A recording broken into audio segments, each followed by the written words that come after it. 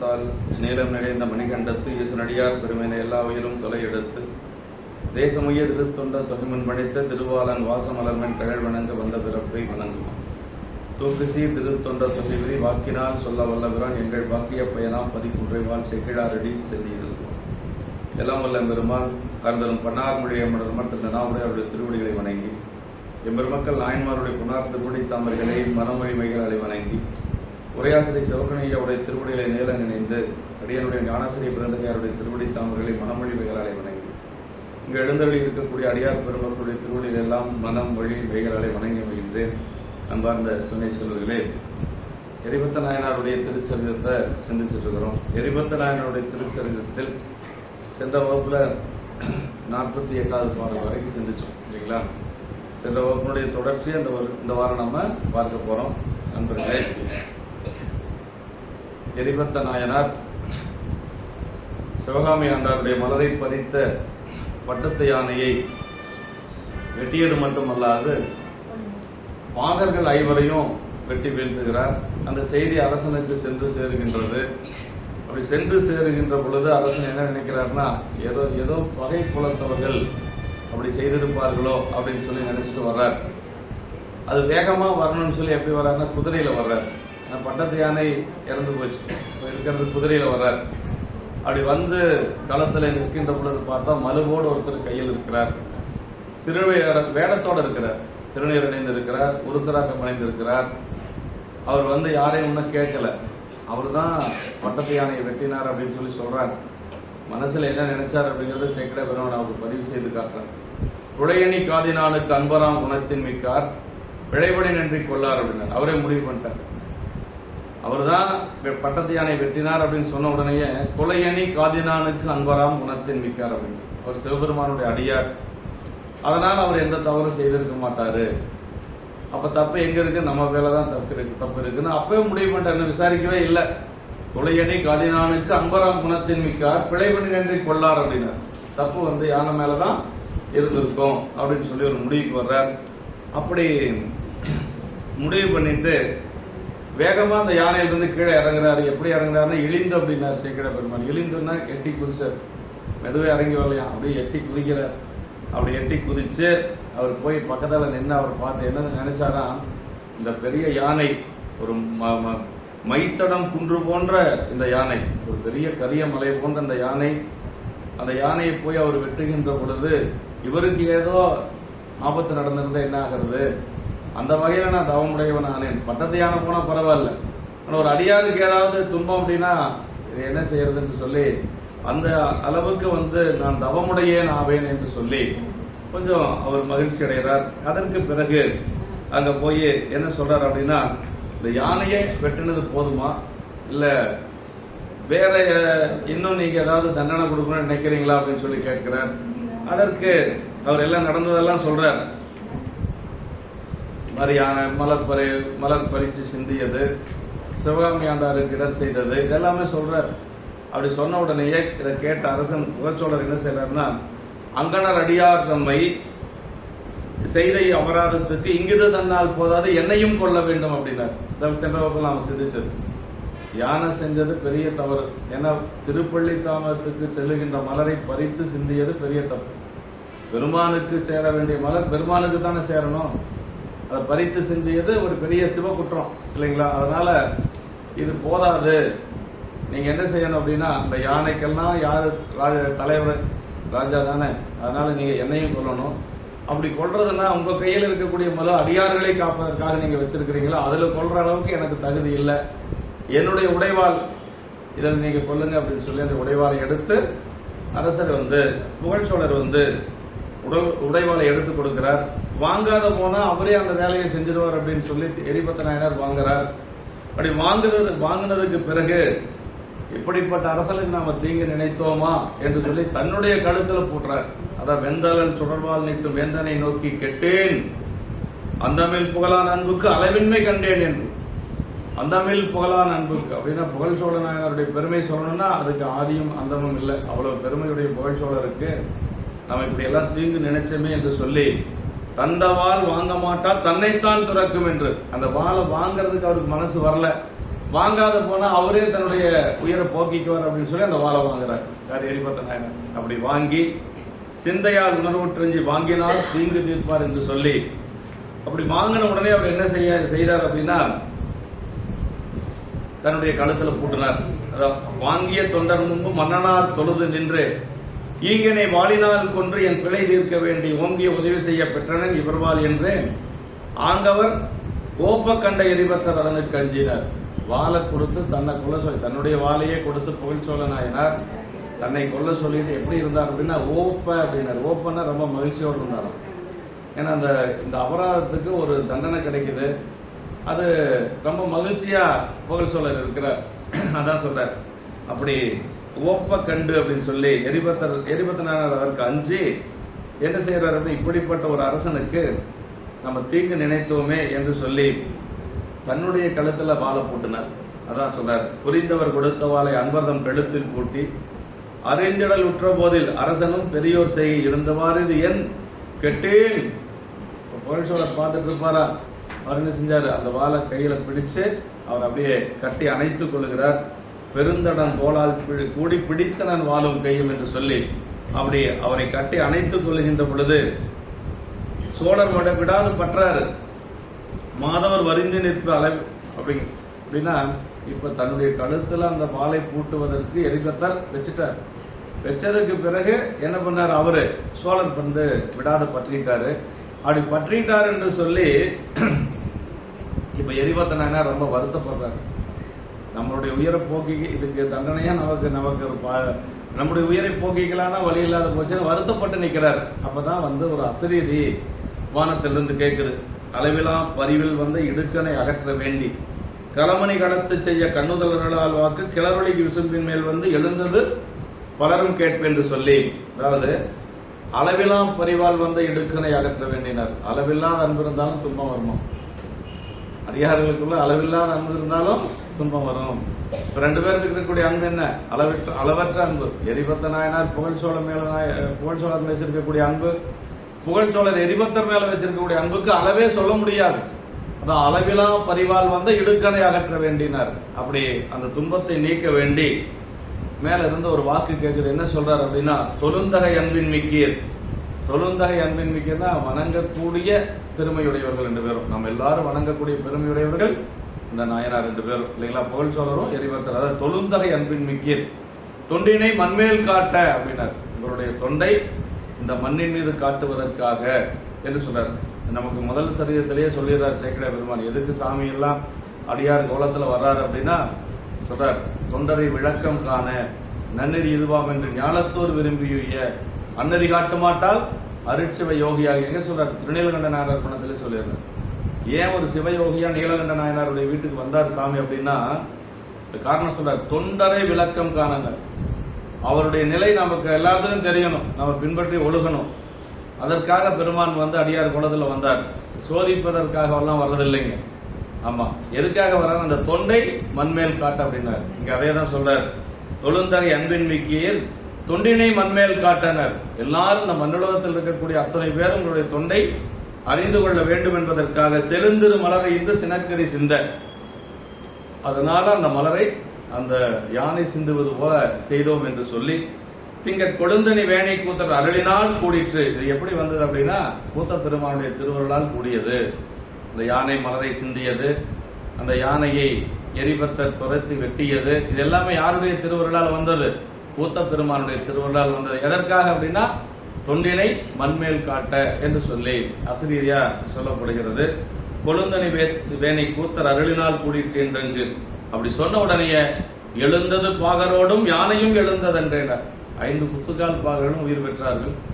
அந்த இறந்து போன பட்டத்தை யானையும் உயிர் பெற்றது என்று சொல்லி இதுவரைக்கும் பார்த்தோமா? மேலே பார்த்திருக்கோம். அடுத்தது அப்படி கழுத்துல பூட்ட வேண்டிய அந்த வாழை என்ன செஞ்சார்? அவரு விட்டு எறிந்து எரிபத்தர் தாமும் நேரியர் பெருமான் தாழ்மேல் விழுந்தனர். எரிபத்த நாயனார் புகழ் சோழருடைய திருவடியில விழுந்து வணங்குறாரு. புகழ் சோழர் பார்த்துட்டா இருப்பாரு, அவரும் இவர் திருவடியில விழுந்து வணங்குறாருங்க. ஆமா, அப்படி பார்மிசை பணிந்தான் பின்னோர் பனிமலர் மாறி தூர்த்தார் என்று சொல்லி 2 பேரும் ஒருவரை வணங்கிக் கொள்ளுகிறார்கள்.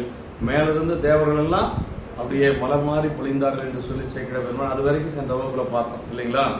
இப்ப 49 பார்க்கணுமா? சரி, அப்ப சரி. இரவே போட்டும் வாளை விட்டெறி பத்தர் தாமும் விட்டு எரிபத்தர் தாமும் நேரியர் பெருமான் தாள் மேல் விழுந்தனர் நிருபர் கோனும் போர்வடி வாளை போக எரிந்தவர் கழல்கள் போற்றி பார்மிசை பணிந்தான் விண்ணோர் பனிமலர் மாறி தூர்த்தார். இதுதான் ரெண்டு பேர் ஒருத்தரை வணங்கிக்கிறாங்க. அந்த அசரீரி வந்ததுக்கு பிறகு ரெண்டு பெருமக்களும் வணங்கிக்கிறாங்க. தம் கழுத்தினை எவ்வாற்றானும் அறியும்படி பூட்டிய வாளை விட்டு எரிபத்தரும் சோழர் பெருமானுடைய பாதங்களில் விழுந்தனர். அந்த இப்ப எரிபத்த நாயனார் என்ன செய்யறாருன்னா அந்த வாளை விட்டு புகழ் சோழருடைய திருவடியில் விழுந்து வணங்குறார். அப்படி வணங்குகின்ற பொழுது அரசர் பெருமானும் போருக்கு வல்லதாய் படைத்த அந்த வாளினை போக எரிந்து விட்டு அந்த வாளை கீழே எரிந்து விட்டு எரிபத்தரை துதித்து எரிபத்தருடைய திருவடிகளிலே விழுந்து பணிந்தார்கள்.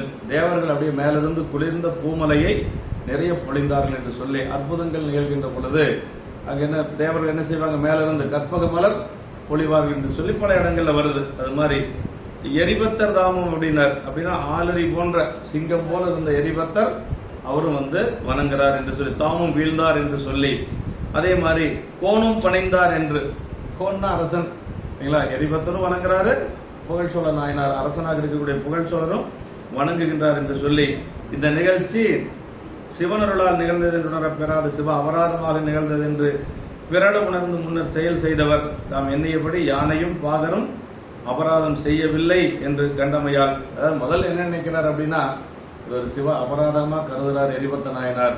ஆனா இப்ப அந்த அசரீர் வந்ததுக்கு பிறகு இது அபராதமா நடக்கல, தொண்டை மண்மேல் காட்டுவதற்காக கூத்த பெருமானுடைய திருவருளால் கூடிற்று அந்த உணர்வு வந்தவுடனே வணங்குறார். நம்ம செஞ்சது தவறு என்று சொல்லி அவரே நினைந்து அந்த ஒருத்தர் வணங்கிக்கிறாங்க.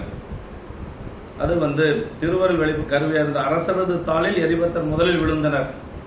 அரசருடைய திருவடியிலும் முதல் எரிபத்தர் விழுகிறார். அதற்கு பிறகு அரசரும் எரிபத்தர் திருவடியில விழுகிறார். அரசர் இப்போது திருவருள் வெளிப்பட கருவியாயின வீரமுடைய பேரன்பர் என சிறப்பு வகையால் உணர்ந்தவையால் பார்மிசை வீழ்ந்து எரிபத்தரது கடல் பணிந்தார் என்று சொல்லி அப்படியே எரிபத்தருடைய திருவடியில் அவரும் விழுந்து வணங்குகிறார் என்று சொல்லி இருவரும் எழுந்து வானில் எழுந்த பேரொழியை போற்ற அதுவரை பொருளாயுள்ளார் அணிகொள்பூம் உடைதன்னில் மருவிய பள்ளித்தாம நிறைந்திட அருளமற்ற திருவருள் கண்டு வாழ்ந்து சிவகாம யாரும் நின்றார். என்னன்னா யானை உயிர் பெற்றது, குத்துக்கால் பாகர்கள் உயிர் பெற்றார்கள். இந்த சரிதமே வந்தது எதனால? அந்த மலரால தானே வந்தது. அதனால அந்த மலரெல்லாம் என்ன ஆச்சுன்னா எரிபத்த நாயனுடைய திரு கூடைக்குள்ள மீண்டும் அந்த மலர் கூடைக்குள்ள மலரெல்லாம் விழுந்தது. இப்ப ஒரு இது இருக்கு, என்னன்னா கீழே விழுந்த மலர் பெருமானுக்கு சாற்றக்கூடாது. பூமண்டபத்தை தவிர வேற எங்க பூ விழுந்தாலும் சாற்றக்கூடாது. நம்ம நடக்கக்கூடிய கால் தடங்கள் பதிக்கக்கூடிய இடங்களை விழுந்தா சாற்றக்கூடாது. சரி, இந்த மலர் மட்டும் எப்படி மறுபடி கூடைக்கு வந்தது, மறுபடி அவர் எப்படி திருப்புள்ளித்தாமத்துக்கு போனார் அப்படின்னா அங்க என்ன சொல்றாருன்னா சிவகுணி ஐயா, கீழே விழுந்ததும் திருவருள், அதே மாதிரி கூடைக்கு வந்ததும் திருவருள். அப்ப 2 முறை திருவருள் நடந்ததுனால அதுக்கு எந்த ஒரு தீட்டும் இல்லை, அது ஆசூசம் எல்லாம் எதுவும் இல்லை அப்படின்னு சொல்றாரு. அதனால மலரை எடுத்துக்கொண்டு அவர் வழிபாட்டுக்கு போக போறார். இந்த சொல்ல இருவரும் எழுந்து வானில் எழுந்த பேர் ஒளியை போற்றனர். அப்படியே எழுந்து நின்று வானில் எழுந்த அந்த பெரிய திருவாக்கினுடைய ஒளியை போற்றினார்களாக அருமறை பொருளாயுள்ளார் அணிகொள் பூங்குடைதனில் அப்படின்னா அருமறை பொருளாயுள்ள பெருமான், அதாவது வேதங்களுக்கெல்லாம் பொருளாக இருக்கக்கூடிய சிவபெருமான் அந்த அழகிய பூங்கோடையில் முன் பொருந்திய திருப்பள்ளித்தாமம் நிறைந்திடும்படி அருள் செய்ய பெருமானுடைய திருவருள். இல்லைன்னா கூடைக்கு பூ வருமா அப்படின்னா அப்படி அந்த இடத்துல வராது. ஆனா அந்த பெருமானுடைய திருவருளால கூடை நிரம்பியது. மற்ற அந்த திருவருள் செயலை கண்டு பெருவாழ்வு அடைந்தவராய் மகிழ்ந்து சிவகாமி ஆண்டாரும் நின்றனர். சிவகாமி ஆண்டாருக்கு என்னன்னா யானை செத்துச்சு, பிழைச்சது, புதுகாரர்கள் செத்தாங்க, பிழைத்தாங்க, இதெல்லாம் இல்லை. அவர் தொண்டு என்ன? பெருமானுக்கு தொண்டு செய்யணும் இல்லைங்களா? அவருக்கு திருப்பள்ளித்தாமம் வந்தது மகிழ்ச்சி, அவ்வளவுதான். யானை உயிர் பெற்றதுனால அவருக்கு மகிழ்ச்சி இல்லை, குத்துக்கால் பாகர்கள் உயிர் பெற்றது அப்படின்னா என்னன்னா தொண்டு அப்படிங்கறத ரொம்ப முக்கியம். அவரவர்கள் செய்யக்கூடிய தொண்டு. எரிபத்த நாயனாருக்கு என்ன? அவர் மலர் சிந்திச்சு அப்படிங்கறதால ஒரு அடியாருக்கு இடையூறு விளைவித்தது. அவருடைய தொண்டு என்னன்னா பெரிய புராணத்துல 3 தொண்டுங்க. ஒன்று அடியார் தொண்டு, இன்னொன்னு சிவபெருமான் தொண்டு, இன்னொன்னு 2 அடியாருக்கும் சிவபெருமானுக்கும் செய்யக்கூடிய தொண்டு. அந்த அவருக்கு என்னன்னா அடியாருக்கு இடையூறு வந்ததுனால அந்த இதை செஞ்சாரு. இப்ப அதே மாதிரி சிவகாமி ஆண்டாரும் ரொம்ப மகிழ்ச்சியோட இருக்கிறார். ஒளியை போற்றுதல் அப்படின்னு சிதாகாயத்திலிருந்து எழுந்த அருள்நாத ஒளியாக அதனை எழுவித்த திருவருளை துதித்தல் என்று சொல்லி இப்படி பல இடங்கள்ல திருவாக்கு வருங்க. நம்பிகள் நம்முடைய சுந்தரமூர்த்தி சுவாமிகள் தில்லையம்பதியில வழிபாடு செய்து கொண்டிருக்கிற பொழுது பெருமானுடைய திருவாக்கு எப்படி வந்தது அப்படின்னா, பண்ணை ஆரூரில் வருக நம்பால் அப்படின்னு வந்தது. ஏன்னா விட்டாவர் அங்கேயே இருந்துற மாதிரி இருந்தார் இல்லைங்களா. 5 பேர் அறிவும் கண்களே கொல்ல நலப்பெரும் கரணங்கள் 4 சிந்தையாக குணவரும் ஒன்றும் திருந்து சாத்துமிகமையாக இந்துவால் சடையான் ஆடும் ஆனந்த எல்லையில் தனிப்பெரும் பூத்தில் வந்த பேரின்ப வெள்ளத்துள் திளைத்து மாறிலா மகிழ்ச்சியில் மலர்ந்தார்னார். அதிலிருந்து அவரால் வெளியில வர முடியல. அவர் விட்டிருந்தா அங்கேயே இருந்திருப்பார். சிதம்பரத்துட்டு அடுத்து எங்க போறதுன்னு அவருக்கு திட்டமெல்லாம் ஒண்ணும் கிடையாது. வரவேணாச்சியார்னு ஒருத்தர் திருவாரூர் இருப்பாங்க, நம்ம போய் எங்க திருத்தொண்டத்தொகை பாடணும், அதெல்லாம் ஒன்றும் தெரியாது. நம்பிகளுக்கு அதை பத்தி எல்லாம் எந்த திட்டமும் கிடையாது. அப்படியே போறார். சிதம்பரத்துக்கு மேல எங்க போறதுன்னு தெரியல. அப்பதான் சாமியினுடைய திருவாக்கு வருதுங்க. பண்ணை ஆரூரில் வருக நம்பால் அப்படின்னாரு. இறைவனே இங்கே சொல்லிட்டு அங்க போய் திருவாரூர் அடியார்கிட்ட என்ன சொன்னாரு, ஆரூரன் நாம் அழைக்க வாரான் என்றான், அவனை எதிர்கொண்டு அலையுங்கள் அப்படின்னு சொன்னார். அங்க அடியார்கிட்டே சொல்லியாச்சு. அதற்கு பிறகுதான் அவர் அந்த சிதம்பரத்துக்கு வந்து புறப்படுறார். இப்படி பல இடங்கள்ல பெருமானுடைய திருவாக்கு வந்திருக்கு. அதுல ஒரு இடம் இந்த பெருமானுடைய திருவாக்கு வந்தது இந்த இடங்கள். அதை நினைச்சு போற்றுகிறார்கள் எல்லாரும். மறைப்பொருள் அப்படின்னா பெருமான் மறைகளுக்கெல்லாம் வேதங்களுக்கெல்லாம் பொருளாக இருக்கக்கூடியவன் சிவபெருமான்.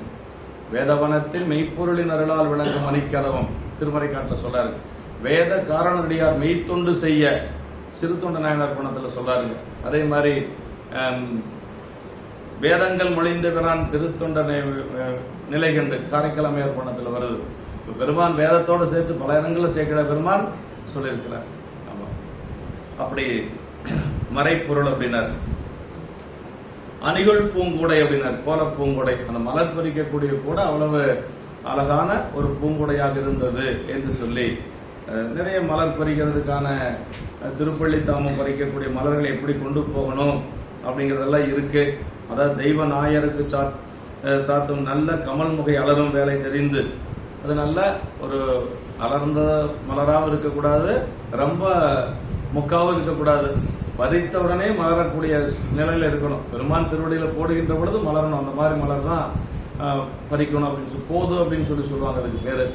அப்படி அதை அந்த பருவம் தெரிந்து மலர் பறிக்கணும். ரொம்ப விரியவே விரியாத மலரை பறிக்கக்கூடாது. மலர் பறிச்சு பெருமானுக்கு சாற்றுகின்ற பொழுது விரியக்கூடிய மலரா இருக்குங்க.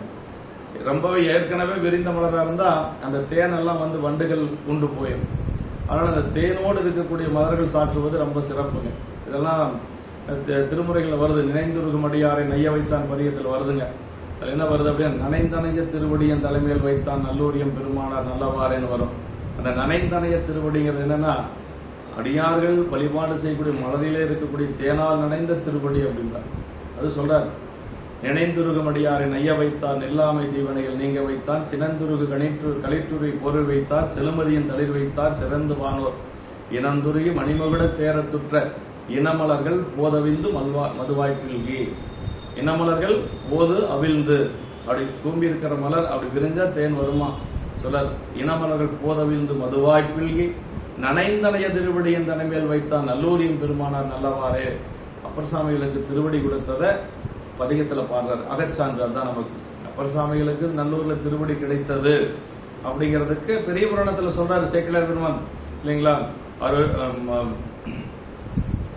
அருளறிய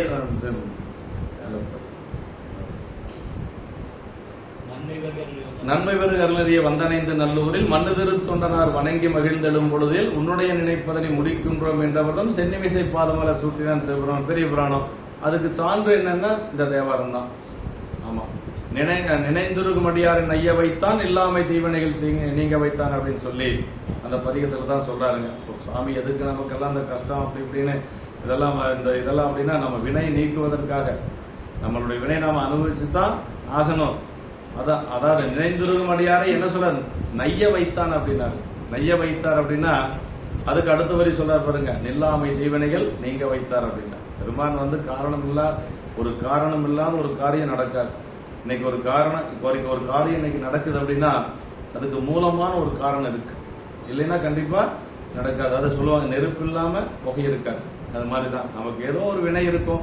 அந்த வினையை கழிப்பதற்காக பெருமான் ஏதாவது ஒரு துன்பத்தை நமக்கு கொடுப்பார். துன்பம் வந்தாலும் நம்ம என்ன செய்யணும்? அதை மகிழ்ச்சியை ஏற்றுக்கொள்ளணும். அதான், ஏன்னா அதுவும் இறைவனுடைய திருவருளால் வரக்கூடியது. நமக்கு வினையின் பயன்கள் எல்லாமே இறைவன் திருவருளால் வரக்கூடிய. வினை சடப்பொருள், செய்வினையும் செய்வானும் அதன் பயனும் சேர்ப்பானும் மெய்வகையால் நான்காகும் விதித்தவரு எனக்கு கொண்டு என்று சொல்லி சாக்கினானார் போனோம். செய்வினையும் செய்வானும் அதன் பயனும் சேர்ப்பானும் அப்படின்னாரு. அந்த வினை செய்யக்கூடிய நம்ம அந்த வினையினுடைய பயன், இந்த வினையினுடைய பயனை கொடுப்பது யாருன்னா சிவபெருமான் தான் கொடுக்க முடியும். தானே நம்ம இந்த வினையினுடைய பயன் நான் எடுத்துக்கிறேன்னு சொல்ல முடியாது. அந்த வினை பயனும் தானே நம்மளை சேராது. ஏன்னா அது சடப்பொருள், அதை கொடுக்கறதுக்கு ஒரு கர்த்தா வேணும். அதான் சிவபெருமானுங்க. அதை எப்போ கொடுக்கணுமோ அப்போ சாமி கொடுப்பாரு. நல்ல வினையா இருந்தாலும் சரி, தீவினையா இருந்தாலும் சரி, அவருக்கு கொடுக்கற வரைக்கும் நம்ம பொறுமையா இருக்கணும். அதுதான் பெருமானுடைய திருவருள். இப்ப அதை திருவருள் கண்டு வாழ்ந்து சிவகாமியார் நின்றார் என்று சொல்றார். மருவிய பள்ளித்தாவன் நிறைந்திட அருள கூடை நிறையிற வரைக்கும் பெருமானுடைய திருவருள் இருந்தது என்று சொல்றாரு. வாழ்ந்து தம்பிரான் பணி மேற்கொண்டு அப்படின்னு சொல்லி கடைசியா சொல்லப்படுறார். கடைசியா அருமையா முடிப்பார். ரொம்ப நல்லா இருக்கும். திருவருள் கண்டு அப்படின்னாரு. இந்த திருவருளை கண்டு அவருக்கும் மகிழ்ச்சி. யாருக்கு? சிவகாமி ஆண்டாருக்கும் மகிழ்ச்சி. வாழ்ந்து நின்றார் அப்படின்னா மலர் சிந்த கண்ட போது கையால் தரையடித்து நின்று, இந்த மலரை சிந்திய பொழுது கையை தரையில அடிச்சு சிவதா சிவதா சிவதான்னு சொல்லி அப்படி புலம்புனார். இப்ப அவர் அந்த மகிழ்ச்சியில இருக்கிறார். மலர் வந்துருச்சு அப்படிங்கிற மகிழ்ச்சியில் இருக்கிறார்.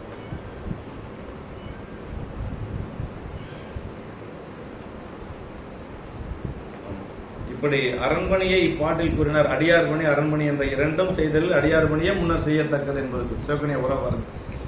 அடியார் பணி அரண்மனை ரெண்டு இருக்குது இல்லைங்களா? சிவபெருமானுக்கு செய்யக்கூடியது அரண்மனை, அடியார்களுக்கு செய்யக்கூடியது அடியார் பணி. இது ரெண்டுல எது முதல்ல அப்படின்னா அடியார் பணி தான். ராகவையா ரொம்ப வலியுறுத்தி சொல்லுவார். பெருமானை கூட வணங்காம இருந்துக்கலாம், ஆனா அடியார்ல வணங்காம இருக்கக்கூடாது. இறைவனுடைய திருவருள் கிடைச்சதுக்கு பின்னாடி இன்னொரு இடம் இருக்குது, போக வேண்டிய இடம். அதுதான் அடியார் திருக்கூட்டம். சாமியினுடைய திருவருளோட நம்ம நின்றக்கூடாது அப்படிங்கிறார். அது தருத்தாட்கொண்ட புராணத்தில் மேற்கோளோட ஐயா பேசியிருக்காரு. நான் போற பலமுறை ஐயாவோட இதில் நான் கேட்டிருக்கிறேன். ராகவையா என்ன சொல்லுவாங்க அப்படின்னா, பெருமையால் தம்மையொப்பார் பாட்டல் எடுத்துக்குவார். பெருமையால் தம்மையொப்பார் பேணலால் எம்மை பெற்றார், ஒருமையால் உலகை வென்றார், ஊனவியல் ஒன்றும் இல்லார், அருமையாம் நிலையில் நின்றார், அன்பினால் இன்பம் ஆர்வார், இருமையும் கடந்து நின்றார், இவரை நீ அடைவாய் என்று அப்படின்னு சொல்லுவார் இல்லைங்களா? ஏன்னா சுந்தரர் யாரு கூட இருக்கிறார் அப்படின்னா, இப்ப ஆரூர் பெருமான் கூட தான் இருக்கிறாரு. ஆரூர் பெருமான் போய் சீக்கிரமா சேர்ந்துட்டார் இல்லையா? அது சாமியே போய் சேர்ந்தார். நம்மை தோழமையாக தந்தனம் அப்படின்னார். இவர் போய் நானும் நீங்களும் நண்பரா இருக்கிறனால சொல்லல, சாமி தானே சொல்ல முடியும். நாம போய் அவனாசியப்பட்டு போய் சாமி நாம ரெண்டு பேரும் ஃப்ரெண்டா இருக்கலாம் சொல்ல முடியுமா? எந்த மாதிரி அடி உலகம் நம்மளுக்கு தெரியாது. ஆனா சுந்தரரை பார்த்து சாமி தான் கேட்டார், நம்மை தோழமையாக தந்தனம் அப்படின்னார். ரெண்டு பேர்த்துக்கு தோழர், சாமிக்கும் தோழர், அரசருக்கும் தோழர், சேரமான் தோழர், தம்பிரான் தோழர். இந்த பெருமை யாருக்குன்னா சுந்தரருக்கு மட்டும்தான், வேற யாருக்கும் கிடையாது. சிவபெருமான் கூட ஒருத்தருக்கு தான் தோழர். யாருக்கு? சுந்தரருக்கு மட்டும்தானே சிவபெருமான் தோழர். சேரமான் பெருமான் நாயனாருக்கு சேர்ந்து தோழர் யார் அப்படின்னா சுந்தரருக்கு மட்டும்தான். அதனால அவருக்கு ரொம்ப, சுந்தரருக்கு ரொம்ப இது அதிகம். நம்பி ஆர்வம் இல்லையா?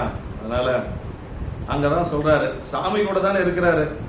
சாமி கூட இருக்கிறவர் என்ன, சாமி என்ன சொல்லணும்? சரி பரவாயில்ல நான் பாத்துக்கிறேன்ப்பான்னு தானே சொல்லணும்.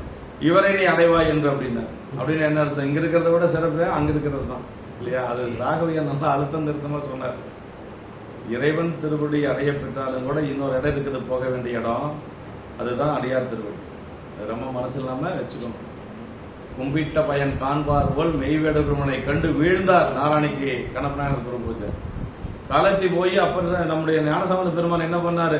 எப்படிப்பட்ட ஞானசம்பந்த பெருமான்? அது ரொம்ப முக்கியம். ஒம்பரா வரிவண்டு மணநார மலரும் மதுமணல் கொன்றையால் அடியல்லால் வேணா எம்பிரான் சம்பந்தர் அப்படின்னு. சிவபெருமானை தவிர யாரையும் வணங்காத ஞானசம்பந்த பெருமான் காலத்தி போறாரு. பெருமான வழிபாடு செஞ்சாரு. பெருமான வழிபாடு செஞ்சுட்டு என்ன பண்ணார் அப்படின்னா, அந்த வழிபாடு செஞ்ச பயன் இருந்ததுனால கண்ணப்புற வழிபாடு செஞ்சார். இல்லைன்னா போயிருக்க முடியாதான். கும்பிட்ட பயன் காண்பார் போல் மெய்வேடு பெருமானை கண்டு வணங்கினார். நல்லா சொல்லல, வீழ்ந்தார் அப்படின்னு சொன்னார். வணங்கினார்னு சொல்லியிருக்கலாம். சிவகணியா சொல்வார், 2 பேர் பின்னாடி இருந்து தள்ளி விட்டா எப்படி போய் விழுவாங்க, அந்த மாதிரி விழுந்தாராம் ஞானசம்பந்த பெருமாள். 2 பேர் பின்னாடி இருந்து தள்ளி விட்டா எப்படி குப்புன்னு போய் விழுவாங்க, அது மாதிரி கண்ணப்ப நாயனார் பார்த்த உடனே அப்படி போய் விழுந்து வணங்கினார்.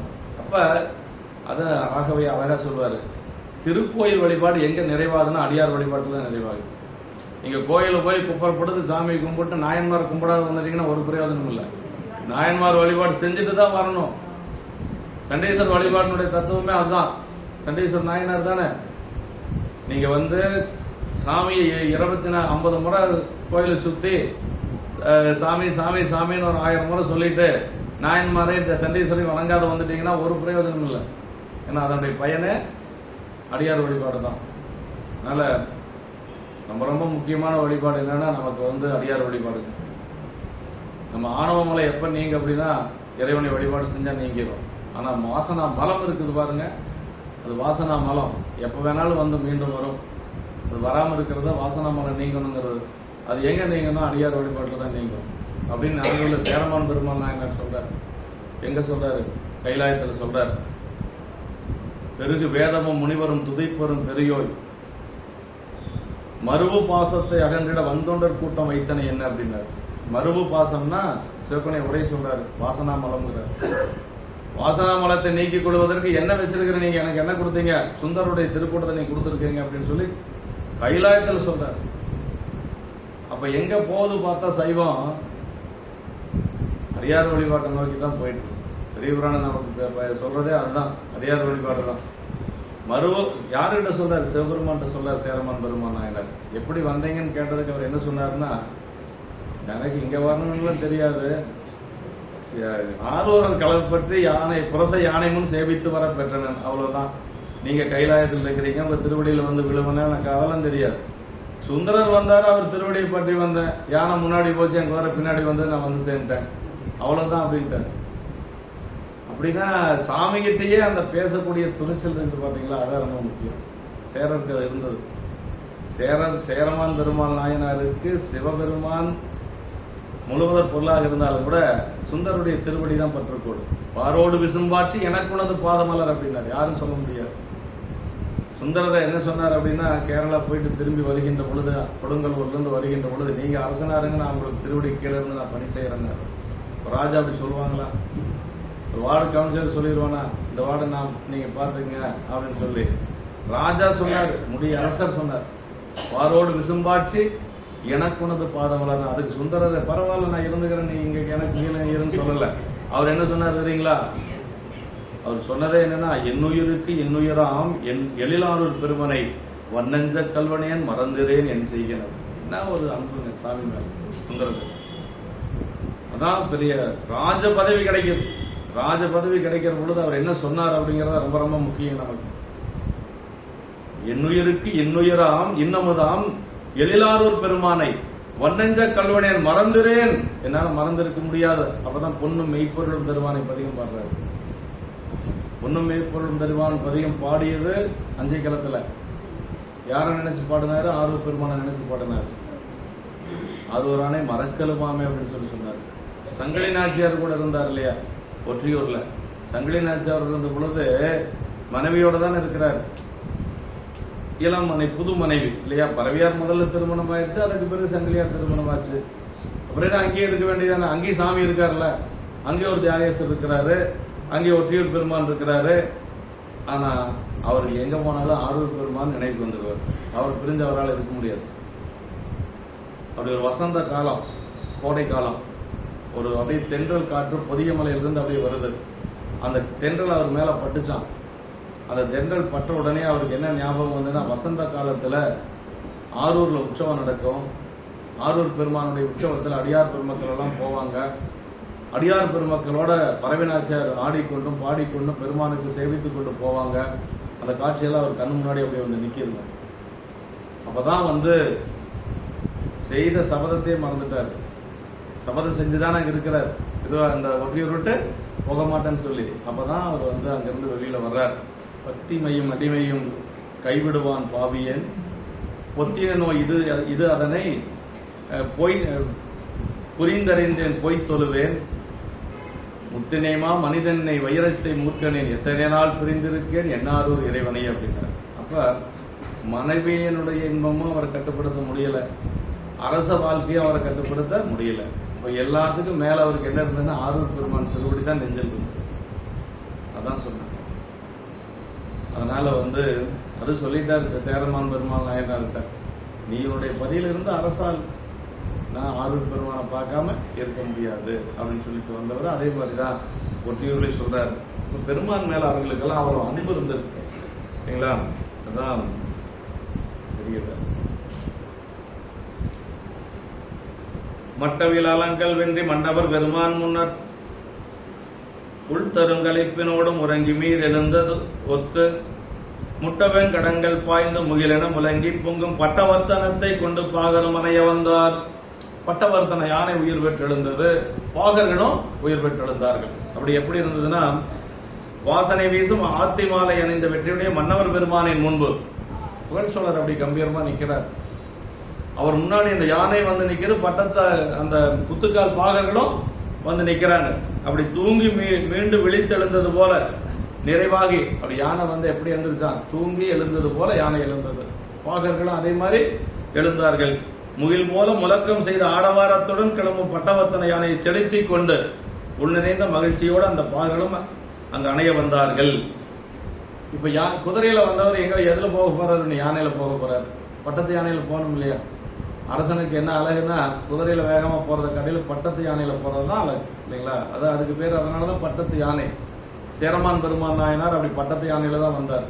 நகர்வனம் வருகின்ற பொழுது அந்த ஊர் வண்ணானை பார்த்து அப்படி வெள்ளையர்னு அவர் உடம்புல இருந்ததை பார்த்து, திருநீர் இல்ல, அது என்னன்னா அந்த ஓர்மண் இல்லைங்களா, ஓர்மண் அப்படி ஊறி வெளுத்து மலையில நனைஞ்சு வெயில்ல காஞ்சதுனால திருநீர் மாதிரி இருக்கு. அப்படி மேல யானை மேல இருந்து உட்கார்ந்து பாக்குறதுக்கு திருநீர் மாதிரி இருக்கு. நமக்கு திருநீர் பூச்சிருந்தாவே அது வேற மாதிரி தெரியும், திருநீரால வேற ஏதாச்சும் நினைப்போம். ஆனா அவருக்கு எப்படி இருந்திருக்கு பாருங்க, சேரமான் பெருமான் திருநீரே இல்ல, ஆனா திருநீர் மாதிரி தெரிஞ்சிருக்கு. மேல இருந்து யானை மேல இருந்து இறங்கி வரல, எட்டி குதிச்சாராம், இழிந்தோ அப்படின்னாரு. அவர் சொல்றாரு, அப்படியே வணங்கினார். யார் என்று என்னை கொண்டது அடியேன் அடி வந்தான் அப்படின்னார். அவர் அந்த வந்தார், அடியேன் அடிச்சேரன் அப்படின்னார். அவர் அடியேன் அடிச்சேரன் அப்படின்னு சொன்னது மட்டுமல்ல, திருநீற்று வாரவிடம் நினைப்பித்தீர் வருந்தாத ஏகமனம் ஒளிந்தார் அப்படின்னார். அவருக்கு கொஞ்சம் பயம், நடுக்கம். அரசர் வணங்கி கூட இருக்கிற அவர், அரசர் ஒன்றும் சொல்ல மாட்டார், கூட இருக்கிற உருவானா இல்ல எனக்கு அவ்வளவு தூரம் ஆயிடுச்சா அப்படின்னு சொல்லி மிரட்டுவாங்களாம். அப்ப இவர் சொன்னார், அரசர் நீ ஒன்றும் பயந்துக்காத, நான் பாத்துக்கிறேன், தேற்றி அனுப்பினார் அப்படின்னு சேக்கிழார் பெருமான் சொல்றாரு அந்த இடத்துல. வருந்தாதே அப்படின்னு சொன்ன, வருந்தாதே ஏகமனம் ஒளிந்தார் அப்படின்னு. அதை ஏற்கனவே அடியேன்னு சொல்லியிருக்கிறேன். சென்னி பைய சொன்னாங்க, தருமபுரியில ஒரு அரசர் அந்த காலத்துல தன்னுடைய மகனுக்கு வண்ணானை கும்பிட்டான்னு பேர் வச்சிருக்காரு. சேரமான் பெருமான் நாயனார் யார் வேணாலும் வைப்பாங்க. களரிட்டருவார்னு பேர் இருக்கு அவருக்கு, பெருமா கோதையார்னு பேர் இருக்கு, அதையெல்லாம் வைக்கல. வண்ணானை கும்பிட்டான்னு ஒரு அரசன் தன்னுடைய மகனுக்கு பேர் வச்சிருக்காரு. கல்வெட்டுல இருக்கு, தகடூர் கல்வெட்டுல அது இருக்கு. சரி பையா சொன்னாங்க. அப்படின்னா அந்த குழந்தைய பாக்குற பொழுதெல்லாம் வண்ணானை கும்பிட்டான்னு சொன்னா சேரமான் பெருமான் நாயனார் நினைவுக்கு வரணும், அந்த அடிமை பண்பு வரணுமா.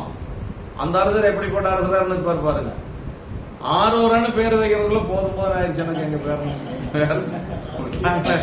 அவங்க ஒரு கற்பனையில் இருக்கிறாங்க, அவங்க ஒரு பேர் வைக்கணும்னு முடிவில் இருக்கிறாங்க. குழந்தை பிறகுறதுக்கு முன்னாடி அவங்க ஒரு பேரை கற்பனை பண்ணி வச்சுட்டு இருக்கிறாங்க. ஆரூரன்னு பேர் வைக்கிறதுக்குள்ள போதும் போதும் ஆயிடுச்சு. ஆனா அந்த அரசர் எப்படி வச்சிருக்காரு பாருங்க, வண்ணானை கும்பிட்டானே பேர் வச்சிருக்காரு. தகடூர் அரசர் கல்வெட்டுல அது இருக்கு அப்படின்னு சொல்லி செனி பையா வகுப்புல சொல்லியிருக்காங்க. இப்படி எல்லாம் வாழ்ந்திருக்கிறாங்க அப்படிங்கறதுதான் பெரிய சிறப்பு. இங்க அவனாசிக்கு பக்கத்தால ஒரு கோயில், ஒரு கல்வெட்டு இருக்குங்களா, அது எந்த கோயில் நான் வேணா அடுத்த வாரம் கேட்டு சொல்றேன். செனி பையா சொன்னாங்க, அந்த கோயில் எழுதியிருக்காங்களாம், இந்த கோயில் திருப்பணி செய்யக்கூடியவர்கள் ஒரு கல் எடுத்து வச்சாலும் சரி, அவங்க நாயன்மார்கள் பெற்ற பேரை பெற வேண்டும்னு அந்த அரசு எழுதி வச்சிருக்காங்க. எங்க அப்படிங்களா? அதான் இங்க ஏதோ பக்கத்தால அவனாசி பக்கத்தாலதான் அதுல எழுதி வச்சிருக்காரு அரசர். அப்படின்னா என்னன்னா, தனக்கு பின்னாடி இந்த தொண்டு நின்று போயிடக்கூடாது. அதே மாதிரிதான் தென்காசி கோயில்லயும் அந்த அரசர் எழுதி வச்சிருக்காரு. அவர் நாயன்மார் பெற்ற பேர் பெறணும்னு எழுதல. அவர் நல்ல அப்படியே யாரா இருந்தாலும் அவங்க பெருமான் திருவடி போகணும்னு சொல்லி எழுதி வச்சிருக்காரு. இங்க நாயன்மார்கள் பெற்ற பெரும்பேற்றினை பெறணும்னு சொல்லி கொங்குநாட்டில் ஒரு கல்வெட்டு இருக்கு. அந்த காலத்திலேயே நாயன்மார் வழிபாடு சிறப்பா இருந்திருக்குன்னு தானே அர்த்தம். இப்படி தூங்கி எழுந்தது போல அப்படின்னா மட்டவேல் அலங்கல் வென்றி அப்படின்னார். மட்டவேல் இவ்வாறு திருவருள் விளங்க பெற்ற பின்னர் அரசரது அடையாள மாலை இப்போது புதியதொரு மனம் வீச பெற்றதோடு புதியதொரு வெற்றியும் பொருந்ததாயிற்று என்பது குறிப்புங்க. அப்படியே அரசர் அப்படியே அந்த அலங்கல் மாலையோடு அங்க நிற்கிறார். இங்க மன்னவர் பெருமான் சக்கரவர்த்தி முடிமன்னர் என்றார் என்று சொல்லி திருவருளினாலே உலகிற்கு எடுத்துக்காட்டாகிய பெருமை நோக்கி அந்த மன்னவர் பெருமான் என்று சொல்லி இந்த இடத்துல மன்னவர் பெருமான் முன்ன குட்டரும் கலப்பினோடு உறங்கி மீது எழுந்து அப்படியே உறங்கி எழுந்தது போல அந்த யானையும் பலர்களும் எழுந்தார்கள் என்று சொல்லி சொன்னார். உள்தரு கலைப்பினோடு உறங்கி எழுந்தது என்றதனை யானைக்கு கூட்டி உரைத்தது. யானை மகிழ்ந்து தூங்கி எழுந்தது போல ஒரு மகிழ்ச்சியா தூங்கி எழுந்துச்சு ஒரு யானை எப்படி நிற்கும் அது மாதிரி இந்த யானை நிக்குதுங்க. பாகரும் அவ்வாறே பாகர்கள் எழுந்தார்கள் என்று சொல்லி சொல்றார். ஆனசே தொண்டர் கும்பிட்டு அடியனேன் கழிப்ப இந்த மாணவன் களிற்றில் ஏறி மகிழ்ந்தெழுந்தருளும் என்ன மேன்மையை பணி மேற்கொண்டு வணங்கிவன் குடையின் நீழல் யானை மேல் கொண்டு சென்றார் இவலி மேல் கொண்டு சென்றார். ஆனசே தொண்டர் கும்பிட்டு அடியனேன் கழிப்பனர். எரிபத்த நாயனர் என்ன பண்ணார் அப்படின்னா அவர் போய் வணங்கி சாமி இந்த யானை மேல போங்க சாமி, ஏன்னா அவர் தானே யானையை வெட்டி வீழ்த்தினார். அதான் அவருக்கு ஒரு ஆசை பட்டத்து யானையில அரசர் பார்க்கணும்னு. எப்படியெல்லாம் பாருங்க, பட்டத்து யானை மேல அரசரை பார்க்கணும். ஆமா, அதனால மறுபடியும் குதிரையில போயிட்டாருன்னு வச்சுங்களேன், அப்புறம் யானை மேல ஏறுறதுக்கு யாரு இருக்கா? அதனால சாமி நீங்க வந்தது குதிரையில வந்தீங்க, இப்ப என்ன பண்ணணும், யானை மேல ஏறுங்க. அதை பார்க்கறது எனக்கு ஒரு மகிழ்ச்சி. அதான் சொல்றாரு, ஆனசே தொண்டர் கும்பிட்டு அடியனேன் கழிப்ப நான் மகிழ்ச்சி அடையும் பொருட்டாக இந்த யானை மாணவன் கழிற்றில் ஏறி மகிழ்ந்தெழுந்து அருளும் அப்படின்னா நீங்க மகிழ்ச்சியா போங்க பெருமானே, இதெல்லாம் மறந்துட்டு நடந்ததெல்லாம் மறந்துட்டு மகிழ்ச்சியா போங்கன்னு சொல்லி புகழ் சோழரை பார்த்து எரிபத்தர் சொல்றார், மேன்மைய பணி மேற்கொண்டு வணங்கி வெண்குடையின் நீழல் யானை மேற்கொண்டு சென்றார் அப்படின்னா அது இனி அரண்மனைக்கு எழுதல் கடவேன்னு சொன்ன உடனே குதிரையேறி வந்த அந்த அரசர் இப்போ மன்னனார் மேலோரால் தரப்படும் மேன்மை தங்கி அந்த கட்டளை ஏற்று என்ன சொல்றாரு பாருங்க, புகழ் சோழர் எரிபத்தருடைய கட்டளை ஏற்று அவர் சொன்னதுனால குதிரை மேல வந்தவர் யானை மேல ஏறி போறாரு அப்படின்னு சொல்லி சொல்றாரு. ஒருத்தருக்கு ஒருத்தர் என்ன அன்பு பார்த்துக்கலாம். அடியனேன் கழிப்பு அப்படின்னாரு. இது திருவருள் கிழக்காய் என்ற பேரன்பரை யானையின் மீது பவனி வர கண்டு கழிக்க வேண்டும் என்று எரிபத்தர் கொண்ட ஆசை மிகுதினை உணர்த்திற்று அப்படின்னா அப்படியே அந்த களிற்று மேல வரணும், அந்த பட்டத்து யானை மேல வரணும்னு அவருக்கு அவ்வளவு ஆசை, அதை பார்க்கணும்னு ஆசைங்க. மா நவமி முன்னா அதான் இது நடந்தது கரூர்ல இன்னைக்கு அந்த விழா நடக்குது இல்லைங்களா, அஷ்டமிக்கு அடுத்த நாள் முந்தின நாள் அதான் நவமி இல்லைங்களா, நவமியா அஷ்டமி இல்ல, ஆமா நவமிக்கு முந்தின நாள் அஷ்டமி, ஆயுத பூஜைக்கு ஒரு நாள் முன்னாடி நவமி. இந்த அஷ்டமி என்று சரவணன் ஐயா நல்லா சிறப்பா செய்யறாரு. அந்த விழா எல்லாம் அடியார்கள் நிரம்ப வராங்க, ஒவ்வொருத்தர் கையிலேயும் ஒரு மலர் கூடை இருக்கு இல்லைங்களா, மலர் கூடையோடு அந்த விழாவில் கலந்துக்குவாங்க, ரொம்ப நல்லா இருக்கு. அரசரும் அன்பருமாக தன் முதல்வனை தன்மேல் கொண்டு மங்கள விழா கொண்டு உலா போதல் தகுதியுடையதாம் என்பதும் எரிபத்த நாயனார் திருவுள்ளமாம். அடியார்கள் திரண்டு ஆருடைய பிள்ளையாரை யானையின் மீது திருவிழா போதுமாறு விண்ணப்பித்த அந்த கருத்தினை திருவிழா மாலை நம்பியாண்டார் நம்பிகள் இதே மாதிரி ஞானசம்பந்த பெருமானையும் யானை மீது ஏற்றி திருவிழா போனதாக எதுல இருக்கு அப்படின்னா 11ஆம் திருமுறை நம்பியாண்டார் நம்பிகள் பாடியிருக்காங்க. ஆமா, ஞானசம்பந்த பெருமானுடைய அந்த திருவிழா மாலையில பாடியிருக்காங்க. மாணவன் கயிறு அப்படின்னா உயர்வு, அதே மாதிரி வலிமை, எல்லாத்துக்கும் மானம் அப்படின்னா உயர்வு வலிமை, இதெல்லாம் மாணவன் களிறு அப்படின்னு சொல்லி சொல்றாங்க. வணங்கி பெரியோராயின் சீரன்பரின் முன்னே வாகனம் புகுந்து செல்லுதல் முறை என்றாலும் அவர் இட்ட கட்டளை அதாவது இது பாருங்க ஒரு அருமையான நுட்பம், பெரியவங்க முன்னாடி வாகனத்தில் போகக்கூடாதான் பாருங்க. அதனால புகழ் சோழர் ஏறுறதுக்கு ரொம்ப தயங்கி நின்னாராம். இப்ப அவர் சொன்னதுனால ஏறிட்டார் பாருங்க. அவர் சோழர் அரசர் தானே, ஆனா யாரு பெரியவர் அப்படின்னா அவர் யாரு பெரியவர் நினைக்கிறாரு, எரிபத்திர பெரியவர் நினைக்கிறாரு. பெரியவங்க முன்னாடி வாகனத்துல போகக்கூடாது, நம்ம கோயில் செவத்துல போய் முட்டி தான் நிறுத்துவோம் இல்லைங்களா, ரொம்ப தூரத்துக்கு முன்னாடியே நிறுத்திடுறவனு காரையெல்லாம் இல்லைங்களா? ஆனா பெரியவங்க எப்படி இருந்திருக்காங்க பாருங்க. அவங்க முன்னாடி எரிபத்தர் இருக்கிற பொழுது எப்படி யானையில் ஏறுறது? அப்படி ஏறுறதுக்கு அவருக்கு மனசு வரல. அப்படி நின்றுட்டு இருக்கிறார். தெரிஞ்சுட்டாரு, அவரு குறிப்பால தெரிஞ்சுட்டாரு. நீங்க அந்த மேல அது யானை மேல ஏறணும், நான் பார்த்து மகிழ்ச்சியா அந்த இதை பார்த்து கழிக்கணும் அப்படின்னு சொல்றாரு. அதுக்கு பிறகு ஏறாரு. என்ன ஒரு இது, சிவகோணியை நேரில் பார்த்த மாதிரி உரை எழுதியிருக்கிறாரு. சேக்கிழார் பெருமான் நேரில் பார்த்த மாதிரி பாடி இருக்கிறாரு. சிவகோணியை அந்த களத்திலேயே இருந்து பொருள் இருந்த மாதிரி அவங்க எழுதியிருக்காரு. அதான் அந்த சிவகோணியோட உரைக்கு இருக்கக்கூடிய ஒரு பெரிய, நம்ம எல்லாம் அந்த மாதிரி சிந்திக்க முடியுமான்னா கொஞ்சம் கஷ்டம்தான். பெரியோராயின சீரன்பரின் முன்னே வாகனம் முந்து செல்லுதல் அரச பதவி பெருசு கிடையாது, அந்த அடியார் அப்படிங்கிறது தான் பெருசு. அதான் சொல்றாரு, வாகனம் முந்து செல்லுதல் முறையென்றாதலின் அவர் இட்ட கட்டளை மேற்கொள்ளும் வகையாலே யானையினை அவர் முன்பு ஊர்ந்து செல்ல ஒருபட்டு அமைகின்றாராதலின் அவரை வணங்கினார் என்று சொல்லி சொல்றார். அன்றியும் அவரால் விடைபெறுகின்ற குறி யானை மேல் கொண்டு சென்றார். இறைவரது திருவருள் பிரசாதமாக யானையின் மீது அரசர் அன்பர் பணிப்பை ஏறினார். இறைவன் அருளிய முத்து சிவிகை ஆளுடைய பிள்ளையார் மேற்கொண்டதும் வெள்ளை யானை ஆடிய நம்பியல் மேற்கொண்டதும் அந்தந்த ஆணையின் வழியே நிகழ்ந்த சரிதங்கள். அதாவதுங்க, முத்து சிவிகை கொண்டு வந்து திருநெல்வாயில் அறத்துறையில வச்சுட்டாங்க அந்தணர்கள். சாமி ஏற சொல்றாங்க பிள்ளையார் என்ன உடனே ஏறினாரா என்ன?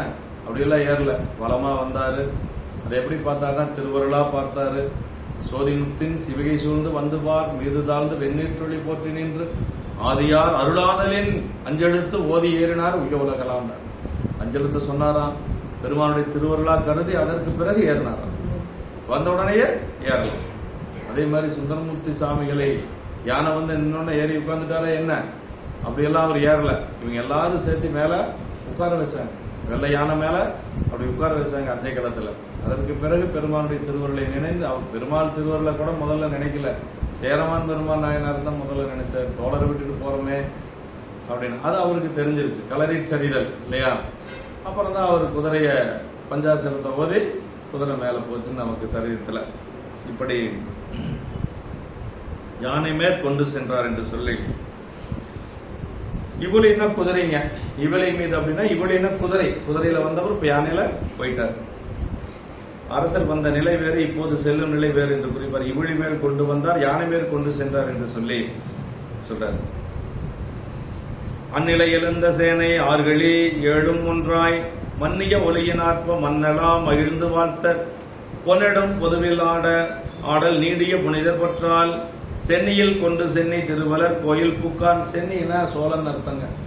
சோழர்களை குறிக்கக்கூடிய சொல் சென்னி, செம்பியன், சோழர் இதெல்லாமே வந்து சோழர்களை குறிக்கக்கூடிய வளவர்னாலும் சோழர் தான், சென்னினாலும் சோழன் தான். அதே மாதிரி செம்பியன் அப்படின்னாலும் சோழன் தான். ஆமா, தென்னன் அப்படின்னா பாண்டியன். இப்படி எல்லாம் சொல்லு. அந்நிலை எழுந்த சேனை ஆறுகள் ஏழும் ஒன்றாய் அப்படின்னார். அதான் அந்த எழுச்சி பெற்ற சேனைகள் 7 கடல்களிலும் ஒன்று சேர்ந்து ஒழித்தார் போன்ற ஓசையோடு அந்த அப்படி வந்தது. அப்படி வர்றாங்க, எல்லாரும் வந்துட்டாங்க. பட்டத்து யானை இறந்ததுனால யானை படை, குதிரைப்படை, தேர்ப்படை, காலாட்படை எல்லாரும் வந்துட்டாங்க. அப்படியே அவருடைய கோலத்தை பார்க்கிறார் புகழ்ச்சோழர். அடியார் அப்படிங்கறதுனால அப்படி நிறுத்திட்டார் எல்லாத்தையும். அங்கேயே நெல்லுங்க, யாரும் இங்க வரக்கூடாது அப்படின்னு சொல்லி. இப்ப எல்லாரும் அப்படி பொறுத்துக்கா கிளம்பிட்டு போறது எப்படி இருக்கு? 7 கடலுடைய ஓசையெல்லாம் ஒன்று சேர்த்து போனா எப்படி இருக்கும்? அது மாதிரி அப்படி எல்லாரும் போறாங்க. உலகத்தவர் எவரும் மகிழ்ச்சியோடு வாழ்த்தவும் நெடிய பொன்னம்பலத்தை நித்தமாக திருக்கூத்தாடுகின்ற இறைவருடைய திருவடிகளை சிரத்தில் தரித்தவராய் சோழர் தமது திருவடம் கோயில் பெருமானுடைய திருவடியை வணங்கிக் கொண்டே போறார். யாரு? புகழ்ச்சோழர். அப்படியே தன்னுடைய அரச மாளிகைக்கு போய் சேர்றார். ஆறுகள் ஏழும் ஒன்றாய் மன்னிய ஒலியினார். 7 கடல்கள் ஒன்று சேர்ந்தது போல அப்படியே அந்த ஒலி இருந்தது, ஓசை இருந்தது என்று சொல்லி சொல்றார். பொன்னிடும் பொது நெடும் பொற்பது என பொன்னம்பலம் பெருமானுடைய அந்த சிற்றம்பலத்தில் பொன்னம்பலத்தில் இருக்கக்கூடிய பெருமானுடைய திருவடியை வணங்கி நீடிய ஆடல் புனிதர் என்று சொல்லி அவர் ஆடும் அம்பலமும் நித்தம், அவர் தனி திரு கூத்தும் நித்தம், அம்பலம் ஞானமாம் கூத்து ஆனந்தமாம் என்று சொல்லி சொல்ற. புனிதர்னா புனிதத்தை செய்பவர். தீர்த்தன் என்பது போல அமலநாதன் புனிதர். பெருமானுக்கு புனிதர் அப்படின்னு ஒரு பெயர் உண்டுங்க, தீர்த்தன் ஒரு பெயர் உண்டு. தீர்த்தன் தில்லை சிற்றம்பலத்தை தீயாடும் கூத்தன் இவ்வானும் கோடையும் எல்லோமும் என்று சொல்லி பெருமானை குறிக்கக்கூடிய சொல் இதெல்லாம். புனிதர். சென்னியில் கொண்டு சென்னினர் சொற்பின் வர்ணித்தார். சென்னியில் கொண்டு இறைவனின் திருவடிகளை தன்னுடைய தலைமையேற்கொண்டு அப்படின்னு சொல்ல. பெருமானுடைய திருவடி எங்க நம்ம வச்சு பார்க்கணும்னா தலைமையில வச்சு பார்க்கணுங்க. ஊத்த பெருமானை போய் வழிபாடு செய்யறோம்னா மற்றதெல்லாம் எதுவும் நம்ம பார்க்க தேவையில்லை. தூக்கி திருவடி நம்ம தலைமையில இருக்கிற மாதிரி நம்ம நினைச்சுக்கணும். எப்பொழுதும் நம்ம அப்படிதான் இருக்கணும். நம்ம தலைக்கு மேல பெருமான் திருவடி, பெருமான் திருவடிக்கு கீழே நம்ம இருக்கிறோம். தாள் தலை அப்படின்னு சொல்லுவாங்க. தாள் அப்படின்னா இறைவனுடைய திருவடி, தலை அப்படின்னா ஆன்மாக்களுடைய தலை, தாடலை அப்படின்னு சொல்றது. தாள் கூட்டல் தலை.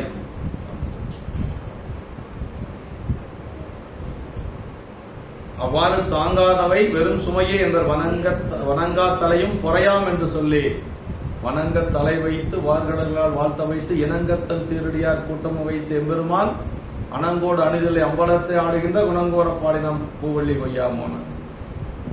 சாமி எதுக்கு நமக்கு தலையை கொடுத்துருக்கிறாருன்னா இப்படி நேரம் நிமிர்ந்து போறதுக்குல வணங்குறதுக்கு தான். வணங்க தலை வைத்துன்னாரு. வாய் எதுக்கு கொடுத்துருக்கிறார்? பக்கத்தால் இருக்கிறவங்க எல்லாம் அதை எதையும் பேசிட்டு இருக்கிறதுக்கு இல்ல, பெருமானுடைய திருவடிகளை பேசுவதற்கு, இறைவனுடைய பெருமைகளை பேசுவதற்கு, அடியாருடைய பெருமைகளை பேசுவதற்கு. வணங்க தலை வைத்து வார்கடல் வாய் வாழ்த்த வைத்து அடியார் கூட்டத்தை எதிர்த்து கொடுத்துருக்காரு. இனங்கத்தன் சீரடியார் கூட்டமும் வைத்த பெருமான். எல்லாத்தோட ஒன்னா அன்பா அப்படி இருக்கணும். இனங்கத்தன் சீரடியார் கூட்டமும் வைத்த பெருமான் அனங்கோடு அணிதில்லை அம்பலத்தை ஆடுகின்ற குணங்கோர பாடினம் பூவல்லி கொய்யாம். நம்ம உடம்பு உறுப்பு ஒவ்வொன்று எதுக்கு கொடுத்துருக்கிறான் அப்படிங்கிறதையே அருளாளர்கள் சொல்றாங்க. வணங்க தலை வைத்து வார்கடல் வாழ் வாழ்த்த வைத்து இனங்கத்தன் சீரடியார் கூட்டம் வைத்து. அங்கமாலையில சொல்றாரு பாத்தீங்களா அப்பர் சாமி, ஒவ்வொரு உறுப்பும் எதுக்காக கொடுத்திருக்கிறார் அப்படிங்கறது சொல்றாரு இல்லைங்களா? அதுதான் பொருள். உலகியல் நம்ம உலகியல்ல செய்யக்கூடியது என்னன்னா நம்மளுடைய ஆன்மாவுக்கு அதனால பயன் கிடையாது, இந்த உடம்புக்கு தான் பயன் இல்லைங்களா? ஆனா இறைவனுக்கு செய்யக்கூடிய தொண்டு இருக்குது பாருங்க, அதுதான் ஆன்மா பலமாகும். ஆன்ம பலன் அப்படிங்கிறது அதுதானுங்க. ஆன்ம பலன்னா ஆன்மா மீண்டும் இந்த மண்ணுலகத்துல பிறக்காம இருக்கணும். என்ன செய்யணும்? ஏகனாகி இறைவனை நிற்கணும். ஏகனாகி இறைவனை நிற்றல என்ன? பெருமானுக்கு தொண்டு செய்யணும். வாய்த்தது நந்தமுக்கு ஈதோர் விரைவி மதித்திடுவினார் அப்பர் சாமி சொல்றாரு இல்லைங்களா? அதே மாதிரி அப்படி சிவஞான சித்தியார் அதான் சொல்லுது, மானுட பிறவி தாமும் வகுத்தது மானவாக்காய மானிடத்து ஐந்தாடும் அரண்மனைக்காக வென்றே அப்படின்னா. பெருமானுக்கு தொண்டு செய்யறதுக்கு, அவன் அடியார்களுக்கு தொண்டு செய்யறதுக்கு தான் இந்த மானுட பிறப்பு நம்ம கொடுத்திருக்கிறார் பெருமான். அதை விட்டுட்டு நம்ம மற்றதெல்லாம் செய்யறோம், அதை மட்டும் செய்யறதில்லை. அதை விட்டுட்டு மற்றதெல்லாம் செய்வோம், ஆனா அதை மட்டும் செய்யறதுக்கு நமக்கு அதுக்கு வினை பயன் வேணும் இல்லையா? பெருமான் மற்றதெல்லாம் எப்ப வேணாலும் செய்யலாங்க, பெருமான் திருவடியை வணங்குறதுக்கு நமக்கு விதி வேணும், இல்லைன்னா முடியாது. திருவருள் வேணும். அவன் அருளாலே அவன் தாள் வணங்கினார். அப்பர் சுவாமிகளே ஏன் சமணத்துக்கு போனார் அப்படிங்கிறதுக்கு நமக்கு சேக்கடார் பெருமான் சொல்றார். நில்லா உலக இயல்பு கண்டு நிலையா வாழ்க்கை அல்லேன் என்று அறத்துறந்து சமயங்களானவற்றின் நல்லாறு தெரிந்துணர நம்பர் அருளாமையினால் கொல்லாமை மறைந்துரையும் அவன் சமயம் குறுகினார். யாருக்கு? அப்பர் சாமிகளுக்கு அந்த நிலைமையில நம்மள நினைச்சு பாரு, நம்ம எந்த குப்பையில கிடக்கிற நம்ம, அவர் கோபுரத்தில் இருக்கிறவருக்கு அந்த நிலைமைன்னா குப்பையில கிடக்கிற நம்மள நினைச்சு பாருங்க. நம்மள எந்த மூளைக்க வேகமா ஒரு காத்தடிச்சா தூக்கிட்டு போயிடும் நம்மள இல்லைங்களா? அப்பர் சாமிகளுக்கே அதுதான். ஏன் சமணத்துக்கு போனார் அப்படிங்கறத அந்த ஒரே இடத்துல தான் சொல்றாரு. நம்பர் அருளாமையினால் கொல்லாமை மறைந்துரையும் அவன் சமயம் குறுகினார் அப்படின்னு. சைவ சமயத்திலிருந்து பணி செய்யறதுன்னா இறைவன் திருவருள் இல்லாம செய்ய முடியாது. நீங்க எந்த தொண்டு செஞ்சாலும் சரி, மலர் தொண்டு செஞ்சாலும் சரி, அடியார் தொண்டு செஞ்சாலும் சரி, ஆலய தொண்டு செஞ்சாலும் சரி, எந்த தொண்டு செஞ்சாலும் சரிங்க, இறைவன் திருவருள் இல்லாம செய்யவே முடியாது, வாய்ப்பே கிடையாது.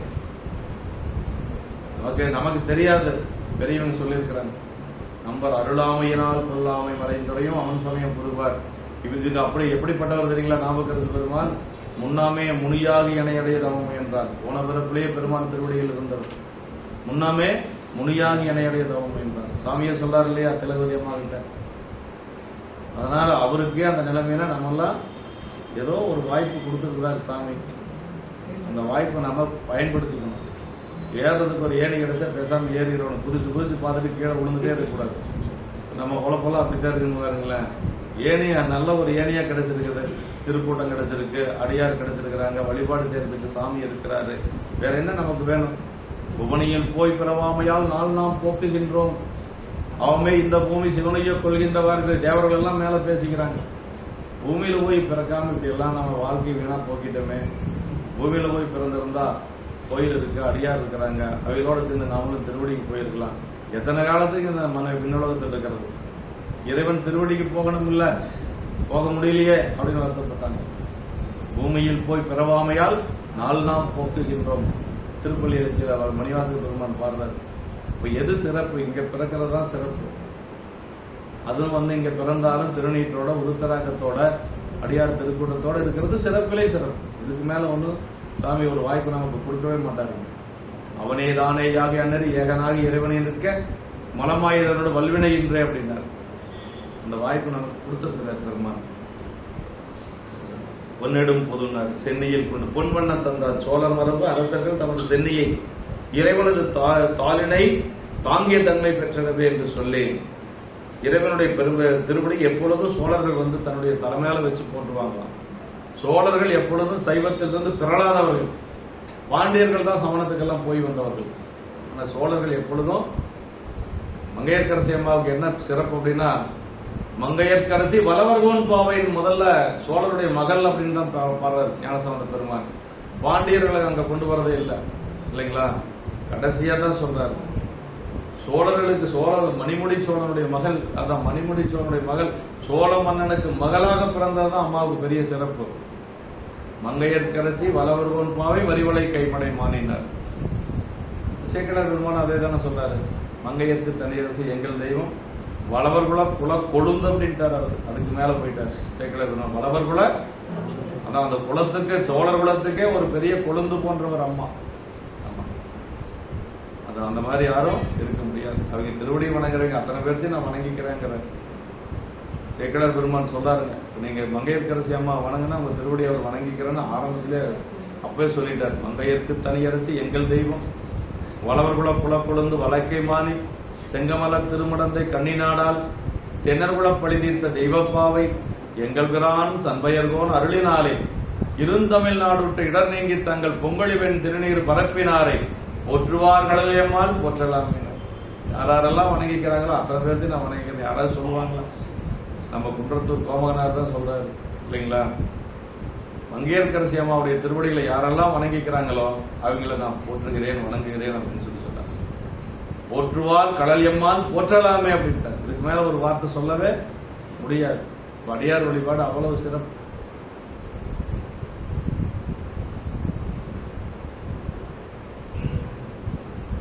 சிறப்பாலே அவர்கள் அரச மரபினர்கள் எல்லாரிலும் தலையாயர் என்பதும் பொருள் என்று சொல்லி, அரச மரபுகளுக்கெல்லாம் தலையாய மரபு அப்படின்னா சோழ மரபு தானுங்க.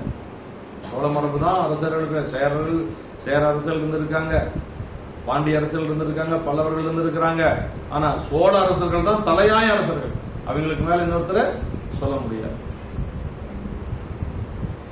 இங்குதான் தாள் சென்னியில் கொண்டு என்றது வெங்கடேற்றின் மேற்கொண்ட அரசர் தமது உயர்ந்த தானமாகி முடியும் மேற்கொண்டது இறைவனது தாள் என்றதாம். அரசர் யானையின் மேலே ஊர்ந்த சிறப்பினும் இறைவனது திருவடியின் கீழே நாம் இருக்கின்றோம் என்ற உணர்ச்சியை சிறப்பாக எண்ணினார். ரொம்ப முக்கியங்க.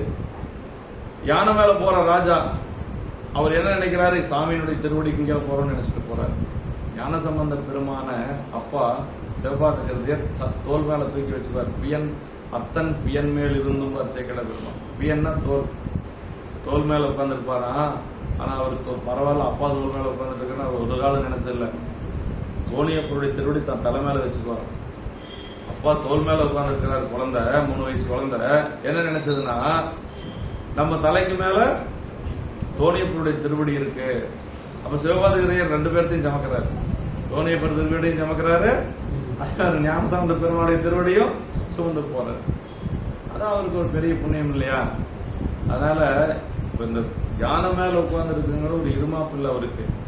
சோழருக்கு, புகழ் சோழருக்கு யானை மேல உட்கார்ந்து இருந்தாலும் ஆனலியாப்பருடைய திருவடி தன்னுடைய தலை மேல வச்சுட்டு போறாரு.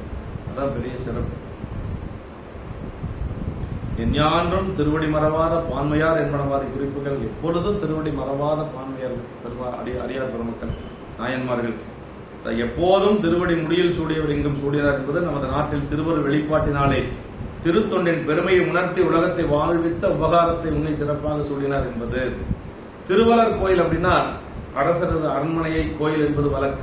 ஆமா, எப்படி கோயிலோ அதே மாதிரி அரசர் இருக்கக்கூடிய அரண்மனையும் கோயில் தான். அந்த நீதி என்று சொல்லுவதே பெருமானுடைய வடிவம் தான் இல்லைங்களா. நீதி என்று சொல்லுவது இறைவனுடைய வடிவத்தில் ஒன்று. இறைவனுக்கு பல வடிவம் சொல்றோம் இல்லையா, அதுல ஒரு வடிவம் நீதி என்று சொல்லுவது. அதனாலதான் திருவள்ளுவர் கோயில் என்று சொல்லி சொல்றாருங்க. அடுத்த பாட்டு அருமையான பாட்டுங்க. இப்ப எல்லாம் முடிஞ்சிருச்சு. சோழர் ஏறி குதிரையில வந்தவர் யானை மேல ஏறி போயிட்டார். அவரு அரண்மனைக்கு போயிட்டார். அவருக்கு வேலை தயாரா இருக்கு. போய் நிறைய ஃபைல்ஸ் எல்லாம் பார்க்கணும், கட்டளை எல்லாம் நிறைய பிறப்பிக்கணும். அரச வேலை சரியா அவருக்கு வேலை தயாரா இருக்குது. இவர் என்ன பண்ணாரு, யானை செத்தா என்ன, பாகன் செத்தா என்ன, நமக்கு பூ வந்தா சரி, பூவை தூக்கிட்டு அவர் கோயிலுக்கு போயிட்டாரு. ஆன்லைன் அப்புறம் வழிபாடு செய்யறதுக்கு அவர் வேலை முடிஞ்சிருச்சு. இருக்கிறது யார் இருக்கிறா, எரிபத்தர் மட்டும் இருக்கிறார். எரிபத்தருக்கு என்ன வேலை, அடியாருக்கு ஏதாவது துன்பம்னா தான் துடைக்கணும். அவங்க 2 பேர்த்துக்கும் பணி தயாரா இருக்குது. இவருக்கு அடியாருக்கு இப்ப ஏதாவது பணி செய்யற வாய்ப்பு கிடைச்சாதான் செஞ்சுக்கணும். அதனால பணியை தேடிட்டு போனார். பாருங்க, அதுல என்ன தெரியுதுன்னா, அதுல சிவபெருமான் தொண்டு எப்ப வேணாலும் செய்யலாம். நம்முடைய சொந்த வேலைகள், அரசு பணிகள் எப்ப வேணாலும் செய்யலாம். அடியார் பணி வாய்ப்பு கிடைச்சாதான் செய்ய முடியும், இல்லைன்னா கிடைக்க வாய்ப்பு கிடைக்காது. அதான் அந்த பாட்டுங்க, அருமையான பாட்டு. தம்பிரான் பணி மேற்கொண்டு சிவகாமியாரும் சார எம்பிரான் அன்பரான எரிபத்தர் தாமும் என்னே அம்பலம் நிறைந்தார் தொண்டர் அறிவதற்கரியார் என்று செம்பியன் பெருமையுண்ணி திருப்பணி நோக்கி சென்றார். அருமையான இடம். தம்பிரானாது பணியை மேற்கொண்டு சிவகாமியார் திருக்கோயிலுக்கு போயிட்டார். அப்ப இறைவன் நண்பரா எரிபத்த நாயனாரும் நினைச்சாரா, எரிபத்தனா என்னே அம்பலம் நிறைந்தார் பெரும் அந்த சிவபெருமான தொண்டர்கள் அறிவதற்கரியவர்கள். நம்ம ஒண்ணு நினைச்சோம், அங்க ஒண்ணு நடக்குது. நம்ம நினைச்சோம் அந்த அரசர் நம்மளை ஏதாவது சண்டைக்கு வருவாரு, அவரையும் சண்டை போட்டு ஜெயிச்சிடலாம் நினைச்சா அவர் காலில் விழுகிறார். என்னையா அநியாயமா ஆச்சரியமா இருக்குது. யானை பட்டத்து யானை இறந்து கிடக்குது, குத்துக்கால் பார்கள்லாம் இறந்து கிடக்குறாங்க. அரசர் ஏதாவது வாள் எடுத்து நம்மகிட்ட சண்டைக்கு வந்தா மனுவில் அவரையும் போட்டுடலாம் அப்படின்னு தயாரா இருக்கிறார். ஆனா அவர் வந்தவர் காலில் விழுந்தார். அதான் அறிவதற்கரியார் என்று. அப்படின்னு அம்பலம் நிறைந்தார் தொண்டர் அறிவதற்கரியார் என்று. அடியார்களை மட்டும் நம்ம அறியவே முடியாது. எப்படி எந்த நிலையில் இருக்கிறாங்க அப்படின்னு நம்ம அறிந்து கொள்ளும். அவங்க எவ்வளவு அன்பு வச்சிருக்கிறாங்க அப்படிங்கிறது நம்மளால சொல்ல முடியாது. பெருமாள் மேல அன்பு வச்சிருக்கிறாங்களா, அடியார் மேல அன்பு வச்சிருக்கிறாங்களா, அது எவ்வளவு இருக்கு, இவ்வளவு இருக்குமா, அவ்வளவு இருக்குமா, அதெல்லாம் நம்ம கண்டுபிடிக்கவே முடியாது. இந்த அம்பலம் நிறைந்தார் தொண்டர் அறிவதற்கரியார் என்று செம்பியன் பெருமையுண்ணி திருப்பணி நோக்கி சென்றார். அப்படின்னா செம்பியன் பெருமை அப்படின்னா சோழருடைய பெருமை என்ன பெருமை. ஒரு அரசன் என்ன வேணாலும் செய்திருக்கலாம் இல்லையா, ஆனா அவருடைய பெருமை இருக்குது பாருங்க. நாமெல்லாம் ஒரு பக்கத்தால் நிக்க முடியாதுன்னு நினைக்கிறாரு எரிபத்தர். அது என்ன சொன்னார், திருப்பணி நோக்கி சென்றார் அப்படின்னா இருக்கு. திருப்பணி அடியார் பணியும் திருப்பணியாங்க. சிவபெருமானுக்கு செய்யக்கூடியதானே திருப்பணி. திருப்பணி செஞ்சாச்சா அப்படின்னு கேட்கறோம். கோயில் திருப்பணி முடிஞ்சுதானே, அடியார் திருப்பணி யாராச்சும் கேட்கறோமா? அடியார் வந்தாங்களே சாப்பாடு போட்டையான்னு கேட்போம். அப்படி இல்லை, அடியார் தொண்டும் திருத்தொண்டு தான் இல்லைங்களா. அதான் இங்க சொல்றாரு, திருப்பணி நோக்கி சென்றார் அப்படின்னா. திருப்பணி நோக்கி சென்றார் என்ன, வாய்ப்பு கிடைக்கிற பொழுதுதான் அடியார் பணி செஞ்சுக்க முடியும். ஏதாவது அடியார்களுக்கு தொண்டு செய்ய முடியுமான்னு மலவை தூக்கி தோல் மேல போட்டுட்டு அப்படியே போயிட்டு இருக்கிறாரு. அடியார்களுக்கு ஏதாவது துன்பம்னா போய் நின்று செய்யணும் என்று சொல்லி. அதுதான் இந்த பாட்டு. அஞ்ஞான தம்பிரான் தம் பெருமானாகிய ஆநிலை அடிகளாருக்கு திண்ணை அன்பு கூர்ந்து விதிப்படி அலங்கல் சாத்தும் திருத்தொண்டு அப்படின்னார். ஆமா, அதாவது ஆநிலை அப்பருக்கு அன்பு கூர்ந்து விதிப்படி சாற்றக்கூடிய திருத்தொண்டு. அரசர் தமது திருவரல் கோயில் புகாராக சிவகாமியார் தம்பிரான் பணியிலே திருக்கோயில் நோக்கி சென்றார். எரிபத்தர் தன் திருப்பணி நோக்கி சென்றார் என அவ்வவர் திருத்தொண்டுகளில் அவ்வவரை போக்கி சரிதத்தை நிறைவு செய்கின்றவார்கள். கடைசியா அவங்க வேலைக்கு போய் பாருங்க அப்படின்னு சொல்லி சொல்லணும் இல்லையா, அது மாதிரி அவங்க ஒவ்வொருத்தரையும் ஒவ்வொரு பணிக்கு சேர்க்கல பெருமாள் போனதை சொல்றாரு. கடைசியா அடியார் பணி கிடைக்கல, அவருக்கு கிடைச்சாதான் அவரு செய்ய முடியும். தம்பிரான் பணி மேற்கொண்டு திருப்பணிகள் இறைவனுக்கு மாலை சாத்தும் பணியினை நியதியாக கொண்ட சிவகாமியார் என்று திருவருளினாலே மலர்கள் மீள நிறைந்த பூங்குடை எடுத்து நின்றார். அது தாம் முன்னர் மேற்கொண்ட அப்பணியினையே மேற்கொண்டு சார்ந்தனர் என்று சொல்லி சொன்னாருங்க. அன்புடையாருக்கு இடையூறு மிகும் நாளில் போலென்று அக்காலத்து ஓரோ வழி அருகிய நிகழ்வதாலும் அதனை தேடி போயினர் என்பார். திருப்பணி நோக்கி சென்றார் என்று சொல்லி சொன்னார்கள். முன்னதனை தம்பிரான் பணி என்று சிறப்புடைய அடைமொழி தந்து சுட்டி குறித்ததும் பின்னையதனை அடைமொழி என்று திருப்பணி என்று சொன்னது பெரிய சிறப்பு. அடியாருக்கு செய்யக்கூடிய தொண்டை திருப்பணி அப்படின்னு சொல்லி சொன்னார். முதல்ல அதுக்கு என்ன சொன்னார், பெருமானுக்கு செய்யக்கூடிய தொண்டை தம்பிரான் பணி மேற்கொண்டுனார். அது கூட தனியா சொல்லணும். தம்பிரான சிவபெருமான் இல்லையா, தம்பிரான் பணி மேற்கொண்டு. இங்க என்ன சொல்ற, திருப்பணி. பொதுவா சொல்றது ஒரு சிறப்பு. திருப்பணின்னு சொன்னா அடியார் திருப்பணி அப்படின்னு சொல்றாரு. ஆமா, இப்படி திருப்பணி என்று தேற்றம் பெற குறித்தும் அரண்மனையிலும் அன்பர் பணியின் பெருமை உணர்த்தியவாறு காண்கிறார். அரண்மனையிலும் அன்பர் பணியின் பெருமை உணர்த்தியது காண்க என்று சொல்றார். அன்பர் பணி செய்ய என்னை ஆளாக்கி விட்டு விட்டால் இன்ப நிலை தானே வந்து எதுவும் பராபரம் என்னாரு. யாரு? தாய்மானவர் சொல்றார். அன்பர் பணி செய்ய ஆளாக்கி விட்டு விட்டால் இன்ப நிலை தானே வந்து எதுனார். அடியார்களுக்கு தொண்டு செஞ்சாவே இன்ப நிலை வந்துடும் அப்படின்னு தாய்மானவர் அதான் பராபரக்கு நிலை கேட்கிறார். இப்படி எம்பிரான் அன்பரானா, எம்பிரான் சிவபெருமான், எம்பிரான இடத்துல சிவபெருமான், தம்பிரான் என்ற ஆசிரியர் இங்க எம்பிரான் அப்படின்னாரு. ஈசன், அதாவது எம்பிரானிடத்து அன்பராயினாருக்கு அவன் அன்பரிடத்து அன்பும் அவர்களது பணிசெல் ஆர்வம் உண்டாகும்போது உண்மையினுள். சிவஞான சித்தியார் ஒரு பாட்டு, அருமையான பாட்டுங்க. ராகவையா அடிக்கடி இந்த பாட்டை சொல்லுவாரு. எனக்கு இந்த பாட்டு ரொம்ப பிடிக்கும். சிவஞான சித்தியார் என்ன சொல்றாரு அப்படின்னா, ஒருத்தருக்கு சிவபெருமான் மேல எவ்வளவு அன்பு இருக்குன்னு நம்மளால கண்டுபிடிக்க முடியுமா? தெரியாது.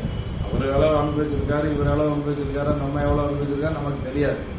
அதை தெரிஞ்சுக்கிறதுக்கு ஒரு எளிமையான ஒரு வழி சொல்றார் சிவஞான சித்தியார் ஆசிரியர் சொல்றார். என்ன அப்படின்னா, ஒருத்தர் அடியார் மேல எவ்வளவு அன்பு வச்சிருக்கிறாங்களோ அந்த அளவு தான் சிவபெருமான் மேல அன்பு இருக்கு.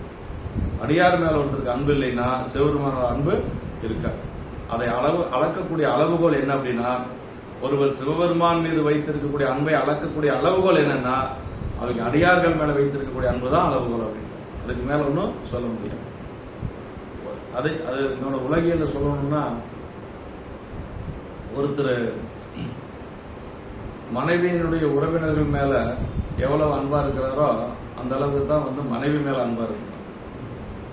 மனைவி மேல அன்பு இல்லைன்னு வச்சுக்கீங்களேன், மனைவியே பிடிக்கலன்னா மனைவியோட உறவினர்களை பிடிக்கவே போதுங்க. மனைவி மேல எந்நேரம் மனைவியோட சண்டை சச்சரவா இருந்ததுன்னா மனைவியோட சொந்த பந்தத்து மேலேயுமே அன்பு இருக்காது. அது மாதிரி சிவபெருமான் மேல அன்பு இருந்தா அடியார்கள் மேல அன்பு இருக்கு. சுற்றத்தார் தானே நம்ம எல்லாம், பெருமானுடைய சுற்றத்தாரு இல்லையா? அதனால அதான் அளவுகள். ஈசற்கு அன்பிலார் அடியவர்க்கு அன்பில்லார், எவ்வுயிருக்கும் அன்பில்லார் தமக்கும் அன்பில்லார் அப்படின்னு. அடுத்து பின்னாடி 4 வரி சொல்றாருங்க. யாருக்கிட்டே அன்பு இருக்காதான் அவங்களுக்கு. ஒருத்தருக்கு சிவபெருமான் மேல அன்பு இல்லைன்னா அடியார்கள் மேல அன்பு இருக்காது. அதே மாதிரி யார் மேலேயும் அன்பு இருக்காது, தம் மேலேயே அவங்களுக்கு அன்பு இருக்காதான், தமக்கும் அன்பிலார் அப்படின்னாரு. சரி, இந்த அன்பு இருக்கிறவங்க என்ன செய்வாங்க அப்படிங்கறத அடுத்த 4 வரியில் சொல்றாரு. ஆசையோடும் அறநடியார் அடியாரை அடைந்திட்டு அவர் கருமம் முன்கருமமாக செய்து பூசி மொழிந்து அருஞான குறியில் நின்று கும்பிட்டு தட்டமிட்டு கூத்தாடி திரிய அப்படின்னு. அடியார்களை பார்த்தா அவங்களால எப்படி இருப்பாங்க அப்படின்னா, ஆசையோடும் அறநடியார் அடியாரை அடைந்திட்டு அவர் கருமம் முன்கருமமாக செய்து அப்படின்னாரு. இதே பத்தராய் பணிவார் புராணத்திலே சேக்கிழ பெருமான் இதே கருத்துல சொல்றாரு. ஈசற்கே அன்பானார் யாவரையும் தாம் கண்டால் ஊசி மிக புதுபுதுத்து கொண்டாடி மகிழ்வுற்று ஆசையினால் ஆவின் பின் கன்றடைந்தார் போல் அணைந்து பேசுவன பணிந்த மொழி இனியனவே பேசுவார் அப்படின்னா. நல்ல சீவன்முக்த அடியார்கள் எப்படி இருப்பாங்க அப்படின்னா, அடியார்களை கண்டா, வேடத்தை கண்டா அப்படியே ஒரு தாய் பசுவுக்கு பின்னாடி போற கண்டுக்குட்டி மாதிரி போவாங்க. அப்படி எப்படி பேசுவாங்க அப்படின்னா, பணிவா பேசுவாங்களா, இனிமையா பேசுவாங்களா. வல்லுன்னு உழவக்கூடாது. அடியார்கள் கண்டா பணிவா பேசணும், பணிவா பேசாமனாலும் பரவாயில்ல, அன்பா பேசலாம். ஆமா, அதான் சொல்றார். பேசுவன பணிந்த மொழி இனியனவே பேசுவார் அப்படின்னு சித்தியார் சொல்லுது. சித்தியார் அதே மாதிரி சொல்லுது, பெரிய புராணமும் அதே மாதிரி சொல்லுது. ராகவையா இந்த பாட்டை அடிக்கடி சொல்லுவார். அடிக்கடி இந்த சிவஞான சித்தியார் பாட்டை சொல்லுவார். எல்லாத்துக்கும் இந்த ஓமை சொல்லலாம். அடியார்களுடைய சிறப்பு வருகின்ற பொழுதெல்லாம் இந்த ஓமை சொல்லலாம்.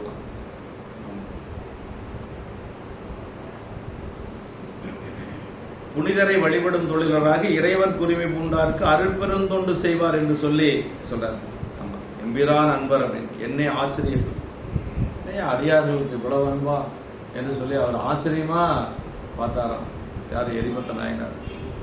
நிறைந்தார் தொண்டர் அறிவதற்கு அறியார். நிறைந்தாரை போல அவர் தொண்டரும் அறிவறியார். எப்படி சிவபெருமான அதே மாதிரி அவருடைய அடியார்களும் இல்லைங்களா? பெருமான் எப்படி அறிய முடியாத பொருள், அதே மாதிரி அவனுடைய அடியார்களும் அதே மாதிரி தான். அவங்களுடைய அன்பை அறிய முடியாது அப்படின்னு சொல்லி நிறைந்தார் திருத்தொண்டர் அப்படின்னு சொல்லி சொன்னார். தொண்டர் அறிவதற்கு அறியார் அப்படின்னார். இகுதோர் உண்மையாக பொது இயல்பு என்று சொல்லி இதனை எரிபத்த நாயர் சரித நிகழ்ச்சி அனுபவத்திலிருந்து தெள்ளி வடித்து அறிந்த பொருளாய் உணர்ந்து அதனை தோற்றுவித்த செவ்விய பெருமையை எண்ணி எண்ணி எண்ணி திளைக்கின்றார் அப்படிங்கிறது. சோழருடைய பெருமையை எண்ணி எண்ணி அப்படி திளைக்கின்றார். பெருமை உண்ணியினார். அப்பெருமையினை தொண்டர்தம் பெருமை சொல்லவும் பெரிதே. அவை பாட்டி சொல்றாங்க இல்லையா, தொண்டர்தம் பெருமை சொல்லவும் பெரிது, பெரிது பெரிது புவனம் பெரிது அப்படிங்கிற பாட்டுல வருது பாருங்க. அவை பாட்டி பார்த்து முருகப்பெருமான் கேட்கிறாரு, பாட்டி இந்த உலகத்திலேயே பெரியது எது அப்படின்னா ஒவ்வொன்றா சொல்லிட்டு வராங்க. அவரும் சலிக்காம கேட்டிருக்கிறார், அதுதான் பெருசா, அதுதான் பெருசா, அதுதான் பெருசா. கடைசியா எங்க போய் முடிக்கிறாங்க, இதெல்லாம் முடிக்கிறாங்க. முருகப்பெருமான் கேள்வி கேட்கிறார், இந்த உலகத்திலே பெரியது எது? நிறைய வறுமை கொடியது எது? கொடியது எதுன்னா வறுமையில் இளமையில் வறுமை கொடியது அப்படின்னு சொல்லி வரும். எல்லாம் ஒவ்வொரு கேள்வியா கேட்கிற பொழுது பெரியது எதுன்னு கேள்வி வருது. அப்பதான் முருகப்பெருமான் கேட்ட கேள்விக்கு அவை பாட்டி சொல்ற, பெரிது பெரிது புவனம் பெரிது, புவனமோ நான்முகன் படைப்பு, நான்முகனோ கரியமால் உந்தியில் உதித்தோன், கரியமாலோ அலைகடல் துயின்றோன், அலைகடலோ குறுமுனியின் கையில் அடக்கம், குறுமுனியோ கலசத்தில் பிறந்தோன், கலசமோ பூயின் ஒரு துளி மண், பூயோ அரவினுக்கு ஒருதலை பாரம், அரவமோ உமையவள் சிறுவிரல் மோதிரம், உமையவளோ இறைவனுள் ஒடுக்கம், இறைவனோ தொண்டர்தம் உள்ளத்தில் ஒடுக்கம், தொண்டர்தம் பெருமையோ சொல்லவும் பெரிதுன்னாங்க. அவை பாட்டி அப்படியே அடுக்கி அடுக்கி கொண்டு வந்து கடைசி எங்க முடிச்சாங்க, தொண்டர்தம் பெருமையோ சொல்லவும். அதுக்கு மேல பெருமை கிடையாது. உமையம்மைக்கு மேல ஒரு பெருமை இருக்குன்னா அடியாருடைய பெருமை தான். உமையம்மை தான் பெரியவங்களா நிறுத்திருக்கலாம்ல. ஆமா, உமையம்மைக்கு மேல யாரும் பெரியவங்களேன்னு. உமையவளோ பெருமானுள் அடக்கம் அப்படின்னாரு. இறைவன் எங்கடா இருக்கிறார் அப்படின்னா தொண்டர்தம் உள்ளத்தில் அடக்கம்னாரு. அப்ப தொண்டர்களுடைய பெருமை தான் பெருசானா, ஆமா அதுக்கு மேல ஒன்றும் பெருசு இல்லை இந்த உலகத்துல அப்படின்னு அதை முடிச்சு காட்டினேன். ஆமா, பெரிது பெரிது புவனம் பெரிது. அருமையான பாட்டு. அதாவது அடியாருடைய பெருமை அவ்வளவு பெருசு. அதாவது பெருமை உண்ணி அப்படின்னு சொல்லி சொல்றாரு. அடியாறு கடாதன் அடுத்த போது அதனை தீர்த்தலில் முற்பட்டொழுகி எரிபத்த நாயனார் தம்மால் அடியாருக்கு இடர் நேர்ந்ததாக கருதி தம் உயிரினையே விட துணிந்த அரசனது மனப்பான்மையாக அன்பின் பெருமையை உண்ணினார் என்பது அவர் பெருமை கண்ட போது தம் செயலும் தன் பெருமையும் கண்டாரில்லை என்று சொல்லி அப்படி புகழ்ச்சோருடைய பெருமையை பார்த்தாரு. புகழ்ச்சோருடைய அன்பைங்க, நம்மளுடைய அன்பைங்க. ஒரு அரசர் எப்படி இருக்கிறார், அவர்கிட்ட என்ன இருக்கு, அதிகாரம் இருக்கு, என்ன வேணாலும் செய்யலாம் இல்லையா. ஆனா அவர் அப்படி அடங்கி நிற்கிறாரே, அவர் முன்னாடி நம்ம ஒண்ணுமே இல்லை. உரையாசிரியர் கடைசி எழுதுவாரு, அதாவது புகழ்ச்சோழர் அப்படிங்கிற அரச உருவத்துக்குள்ள இருந்ததெல்லாம் அடியார் என்ற பண்பே நிறைந்திருந்தது அப்படின்னு எழுதுவார். அரசருங்கிற பண்பு கொஞ்சம் கூட இல்ல, அடியார் அப்படிங்கிற நிலமே இருந்தது என்று சொல்லி எழுதுவார். அடுத்தது நாயனார் பெற்ற பேர் சொல்றார். மற்றவர் இணையதான அவன் பெரும் தொண்டு மண்மேல் உற்றிடத்து அடியார் முன் சென்று உதவியே நாலு நாளும் நற்றவர் கொள்கை தாங்கி நலமிகு கைலை வெற்பில் கொற்றவர் கணத்தின் முன்னாம் கோமுதல் தலைமை பெற்றார். சிவகணங்களுக்கெல்லாம் தலைமையாக இருக்கக்கூடிய ஒரு நிலை பெற்றார். இவர் பெற்றதும் அதே மாதிரி சேரமான் பெருமாள் நாயனாரும் சிவகணங்களுக்கு தலைவர் தான், கணநாத நாயனாரும் சிவகணங்களுக்கு தலைவர் தான். இப்படி பல நாயன்மார்கள் சிவகணங்களுக்கு தலைவராக மேல போயிருக்கிறார் சிவ கைலாயத்துல. மற்றவர் இணையதான வன்பெரும் தொண்டு மண்மேல் அப்படின்னார். மற்ற எரிபத்த நாயனாரின் தன்மை தாகிய வலிய பெருந்தொண்டினை இந்த உலகிலே இடையூறுற்ற இடத்தில் அடியார்களுக்கு முன் சென்று உதவியே நாலு நாளும் இவ்வாறு அந்த ஒரு நாள் தினசரி இதே மாதிரி எங்கெல்லாம் அடியார்களுக்கு துன்பம் வருகிறதோ அங்கெல்லாம் சென்று சென்று அவர் அப்படி உதவிய காரணத்தினாலே நற்றவ கொள்கையை மேற்கொண்டு செலுத்தி வந்த நலமிக்க திருக்கைலை மலையில், அந்த கைலாய மலையில இறைவனின் திருக்கணங்களின் முதல்வராக கணநாயக தலைமையை பெற்றார். அப்படி சிவகணங்களுக்கெல்லாம் தலைவராக இருக்கக்கூடிய நிலையை அதை நாயனார் பெற்ற பேரு. இதுதான் நாயனார் பெற்ற பேரு, சிவகணங்களுக்கெல்லாம் தலைவராக முதல்வராக இருக்கக்கூடியது என்று சொல்லி வன்பெரும் தொண்டூர் அப்படின்னா. தொண்டுன்னா அன்பர் கடாதன் அடுத்து போது அவற்றை முரண்கட மலுவினால் எரி. இதுக்கு எவ்வளவு பெரிய வீரம் வேணும். வீரம் என்னால் விளம்பும் தகையதோனார் இல்லைங்களா. ஆறும் கண்டிகை ஆடையும் தந்தையை பாரமீசன் பணியல தோன்றினார், ஈரன்பினர் யாதும் குறைவிலார், வீரம் என்னால் விளம்பும் தகையதோ அப்படின்னார். அந்த வீரம் என்னால் விளம்பும் தகையதோங்கிறதுக்கு சரியான ஒரு சரிதம்னா எரிபத்த நாயனாருடைய சரிதம் தான். திருக்கூட்ட சிறப்பு ரொம்ப முக்கியம். அடியாருடைய பொதுத்தன்மைகளை சொல்லக்கூடிய திருக்கூட்ட சிறப்பு 10-11 பாட்டு மனப்பாடமா இருக்கணும். நமக்கு திருத்தொண்டத்தகை எப்படியோ அதே மாதிரி திருக்கூட்ட சிறப்பும் மனப்பாடமா இருக்கும். பெரியாய்வாளை நஞ்சப்பையா சொல்லுவாரு, திருக்கூட்ட சிறப்பும் திருத்தொண்ட தொகையும் தெரியாதவனுக்கு பொண்ணு கொடுக்க கூடாது அப்படின்னு அவர் சொல்லுவார். நல்ல நகைச்சுவையா சொல்லுவார். ஒருத்தர் கூட கல்யாணம் ஆகிறது ஒரு நேரத்தில் ஏதோ 2-3 பசங்க தான் படிச்சிருப்பாங்கன்னு நினைக்கிறேன். அவர் அதோட முக்கியத்துவத்தை சொல்றதுக்காக அப்படி சொல்லுவார். திருக்கூட்ட சிரம் தெரியுமான்னு கேட்கணுமா? தெரியாது. திருத்தொண்டை தெரியுமாப்பா? தெரியாது. உனக்கு பொண்ணு இல்லை அப்படின்ற, பொண்ணு கொடுக்கக்கூடாது அப்படின்றவர். இந்த மாதிரி சொல்லுவார். நெஞ்ச பொண்ணு அப்படி இல்லை, பெருமாள் திருவடியில் இருப்பார். அடியார்கள் மேல நல்ல அன்புடையவர் பெரியாய்வாளை நெஞ்ச பொண்ணு, நல்ல அன்புடையவர்.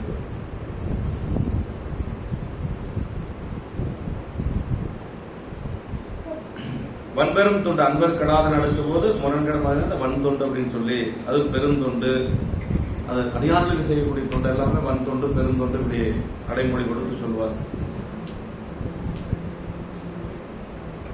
மெல்வினையே என்ன வியனுடங்கள் ஓர்க்கரிய வல்வினையே என்ன வருமிரண்டும் சொல்லில் சிவதன்மமாம் என்று சொல்லி திருக்கட்டுப்படியா. மெல்வினை செஞ்சாலும் திருத்தொண்டு தான், வல்வினையே செஞ்சாலும் திருத்தொண்டு, தொண்டு தான். இப்போ கும்பளி கலை நாயனார்லாம் செஞ்சது மென் தொண்டு இல்லைங்களா? கும்பளி கலை நாயனார், தண்டியடிகள், முருகன் நாயனார், அப்புறம் புகழ்ச்சோழர், சிவகாமி ஆண்டார், இதெல்லாம் மென் தொண்டு இல்லைங்களா? எரிபத்தர், கோட்புலி நாயனார், அப்புறம் செருத்துணை நாயனார், கலிக்கம்ப நாயனார், கலட்சிங்க நாயனார், இதெல்லாம் வன் தொண்டு. அவங்களும் திருவடி தான் அடைஞ்சாங்க, இவங்களும் திருவடி தான் அடைஞ்சாங்க. வன் தொண்டா இருந்தாலும் சரி, மென் தொண்டா இருந்தாலும் தன் பொருட்டு செய்யலை, பெருமான் பொருட்டு தான் செஞ்சாங்க. அதுதான் யாரு பொருட்டு செஞ்சாங்க அப்படிங்கறதுதான் முக்கியம். தொண்டு எந்த தொண்டு வேணாலும் செய்யலாம், வன் தொண்டு செய்யலாம், மென் தொண்டு செய்யலாம். தன் பொருட்டு செய்யக்கூடாது, இறைவன் பொருட்டு செய்யணும், இல்லைன்னா அடியார் பொருட்டு செய்யணும். அப்பதான் பெருமான் திருவடிக்கு போய் சேரும். இல்லைன்னா வினையாத்தான் நமக்கு சேரும். உலகியல் நோக்கி செய்யக்கூடிய தொண்டுகள் எல்லாமே நமக்கு வினையா வரும். ஒன்னா நல்வினையா வரும், இல்லைன்னா தீவனையா வரும். பெருமானுக்கு செய்யக்கூடிய தொண்டு ஒண்ணுதான் சிவபுண்ணியமா மாறும். அந்த சிவபுண்ணியத்துக்கு தான் பிறப்பு இல்லை, மற்றது எல்லாத்துக்கும் பிறப்பு உண்டு. நீங்க இன்னைக்கு போய் ஒரு 1000 பேருக்கு அன்னதானம் பண்ணிட்டு வந்தனுங்க நானு அப்படின்னா உலகியல் தர்மம் வேண்டான்னு சொல்லல. அதுக்கு என்ன கிடைக்கும்? சொர்க்கம் கிடைக்கும். அந்த சொர்க்கத்துல எத்தனை நாளைக்கு இருப்பீங்க? நீங்க செஞ்ச புண்ணியம் எத்தனை காலத்துக்கோ அத்தனை நாள் வரைக்கும் அங்க இருப்பீங்க. மீண்டும் இங்க மண்ணுலகத்துக்கு வந்துதான் ஆகும். அடியார் ஒரு 1000 பேருக்கு அன்னதானம் பண்ணங்க, கோயில் குட்டி கொண்டு குடும்பத்துக்கு செஞ்சு வச்சங்க, இதெல்லாம் சிவபுண்ணியம். நீங்க என்ன செய்வீங்க? பெருமாள் திருவடிக்கு போவீங்க, மீண்டும் வரமாட்டீங்க. அதுதான் அதுக்கு வித்தியாசம், வேற ஒன்றும் இல்லை. நீங்க உலகியல் புண்ணியம் செஞ்சீங்கன்னா மீண்டும் மீண்டும் இங்க வந்துதான் ஆகணும்.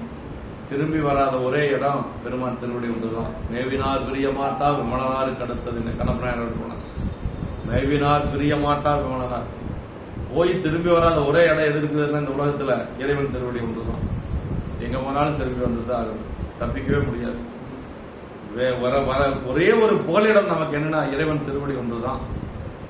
அப்படி இறைவன் திருவடிக்கு போய் திரும்பி வராத நிலை அடையணும். என்ன செய்யணும்? அடியாருக்கு தொண்டு செய்யணும், இறைவனுக்கு தொண்டு செய்யணும். இது ரெண்டு தான். அதுக்கு பேர் தான் பதி புண்ணியம் அப்படின்றது. பசு புண்ணியம், பதி புண்ணியம். ஒருத்தர் ரொம்ப கஷ்டப்படுறானுங்க, படிக்கிறதுக்கே பணம் இல்லைங்க, நான் படிக்க வச்சேங்க, செய்யுங்க, தப்பே கிடையாது, படிக்க வைங்க. சாப்பாட்டுக்கு இல்லைன்னு ஒருத்தர் ரொம்ப கஷ்டம், சாப்பாடு வாங்கி கொடுங்க, அதோட நிறுத்திடாது. அடியார்களுக்கு செய்யுங்க, இறைவனுக்கு செய்யுங்க. செய்ய வேண்டாம்னு நம்ம சொல்லக்கூடாது இல்லையா? அது பசு புண்ணியம் இல்லைங்களா? பசித்தவனுக்கு சோறு கொடுக்கலாம், தப்பு இல்லை. ஆனா அதுக்குண்டான புண்ணியம் தான் உங்களுக்கு கிடைக்கும். அதே அடியார்களுக்கு கொடுத்தா சிவபுண்ணியம் கிடைக்கும். வித்தியாசம் இருக்கு ரெண்டுக்கு.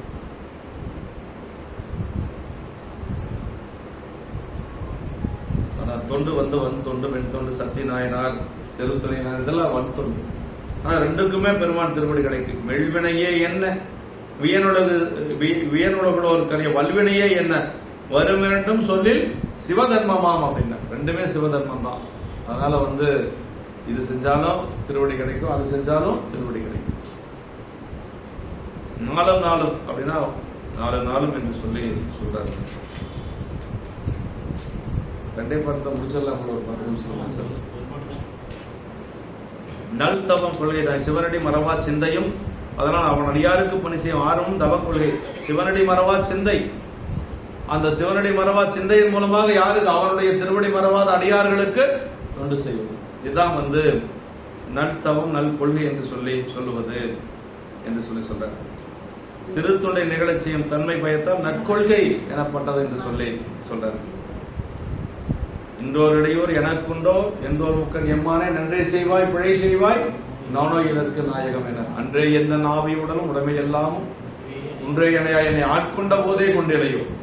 இன்றோருடைய ஒரு எமக்குண்டோ எந்தோர் முக்கன் எம்மானே நன்றே செய்வாய் பிழை செய்வாய் நானோ இதற்கு நாயகம் என்னார். அப்படின்னா எல்லாம் இறைவன் திருவருளாக கருதி செய்யறது. அதுதான் பசு புண்ணியம் என்று பதிபுண்ணியம் என்று சொல்லுவார். பாருங்க, அருமையான பாட்டு இது. என்ன சொல்றாருன்னா, ரெண்டு பேருக்குடைய பெருமை இருக்குது பாருங்க. யாரு? எரிபத்த நாயனருடைய பெருமை, அதே மாதிரி புகழ்ச்சோழ நாயனருடைய பெருமை. இவங்க ரெண்டு பேருக்குடைய பெருமைய சிவபெருமான் ஒருவனை தவிர யாராலையும் கண்டுபிடிக்க முடியும், வேற யாராலும் அறிய முடியாது அப்படின்ட்டாரு. அதான் சொல்றார், ஆளுடை தொண்டர் செய்த ஆண்மையும் தன்னை கொல்ல வாரினை கொடுத்து நின்ற வலவனார் பெருமைதானும் நாளும் மற்றவர்க்கு நல்கும் நம்பர்தாம் அளக்கிலன்றி நீளுமை தொண்டின் நீர்மை நினைக்கலார் அளக்க வல்லார். நினைச்சாலும் அளக்க முடியாதுன்றார். நாளும் மற்றவர்க்கு நல்கும் நம்பர்தாம் அளக்கிலன்றி. அவங்க ரெண்டு பேருக்குடைய அன்பை, அவங்க ரெண்டு பேருக்குடைய பெருமையை யாராலையும் அளக்க முடியும்? சிவபெருமான் ஒருவன் தான் அளக்க முடியும். அளவில்லாத பெருமையராக அளவில்லா அடியார் புகழ் கூறுகேன், அளவு கூட உரைப்பறைதாயினும் அளவிலாசை துறப்பு அறைகுவேன்னார். ஆயிரத்துல சொல்றார் சேக்கிர பெருமான். அளவில்லாத பெருமையராகி அளவில்லா அடியார் புகழ் கூறுவேன்னார். அடியாருடைய பெருமை அளவற்றது. அப்படி அடியாருடைய பெருமையில என்னால சொல்ல முடியாது. ஆனா நான் ஏன் சொல்றேன்னா, சொல்லணுங்கிற ஆசை என்ன துரத்துது, அதனால நான் சொல்றேன் அப்படின்னு சொல்றேன். அதான் இங்கேயும் சொல்றாரு, ஆளுடைய தொண்டர் செய்த ஆண்மையும் அப்படின்னார் எரிபத்த நாயனார். ஆமா, ஆளுடைய தொண்டரை எரிபத்த நாயர் செய்த வீர செயலையும் வாரினை கொடுத்து நின்ற வலவனார் பெருமைதானும். தன்னைத்தானே கொள்ளுவதற்கு தன்னுடைய வாழை யாராச்சும் உருவி கொடுப்பாங்க இந்த உலகத்தில்? இது வரைக்கும் ஏதாச்சும் அப்படி ஏதாவது நடந்திருக்குதான்னா ஒண்ணும் கிடையாது. தன்னை கொள்ளுவதற்கு தன்னுடைய வாழை உருவி கொடுத்தார் சோழர். அவங்களுடைய பெருமைதானும் நானும் மற்றவர்க்கு நல்கும் நம்பர்தாம் அலக்கீழ் அன்றி. அப்படின்னா நம்பராக இருவர், அதான் அவர் நாளும் நாளும் அவருக்கு அருகல் நல்கும் நம்பராகிய இறைவர் தாமே அளந்தார் என்று நீளச் செல்கின்ற அந்த திருத்தொண்டின் தன்மைகளை நிலைக்கும் இடத்து யாவர் அளக்க வன்மையுடையார் அப்படின்னார். அப்படின்னு என்ன அர்த்தம்? யாராலே அளந்து சொல்ல முடியும். நாளும் மற்றவர்க்கு, நாலு நாள் அவர்களுக்கெல்லாம் அன்பு செய்யக்கூடிய, அருள் செய்யக்கூடிய சிவபெருமான் ஒருவனே அளக்க முடியுமா ஒழிய அவனை தவிர யாராலையும் அளக்க முடியாது என்று சொல்றார். ஆருடை தொண்டர் அடியாருக்கு ஆளாகவும் தம்மை அவர்களது உடைமை பொருளாக கொண்ட தொண்டர்.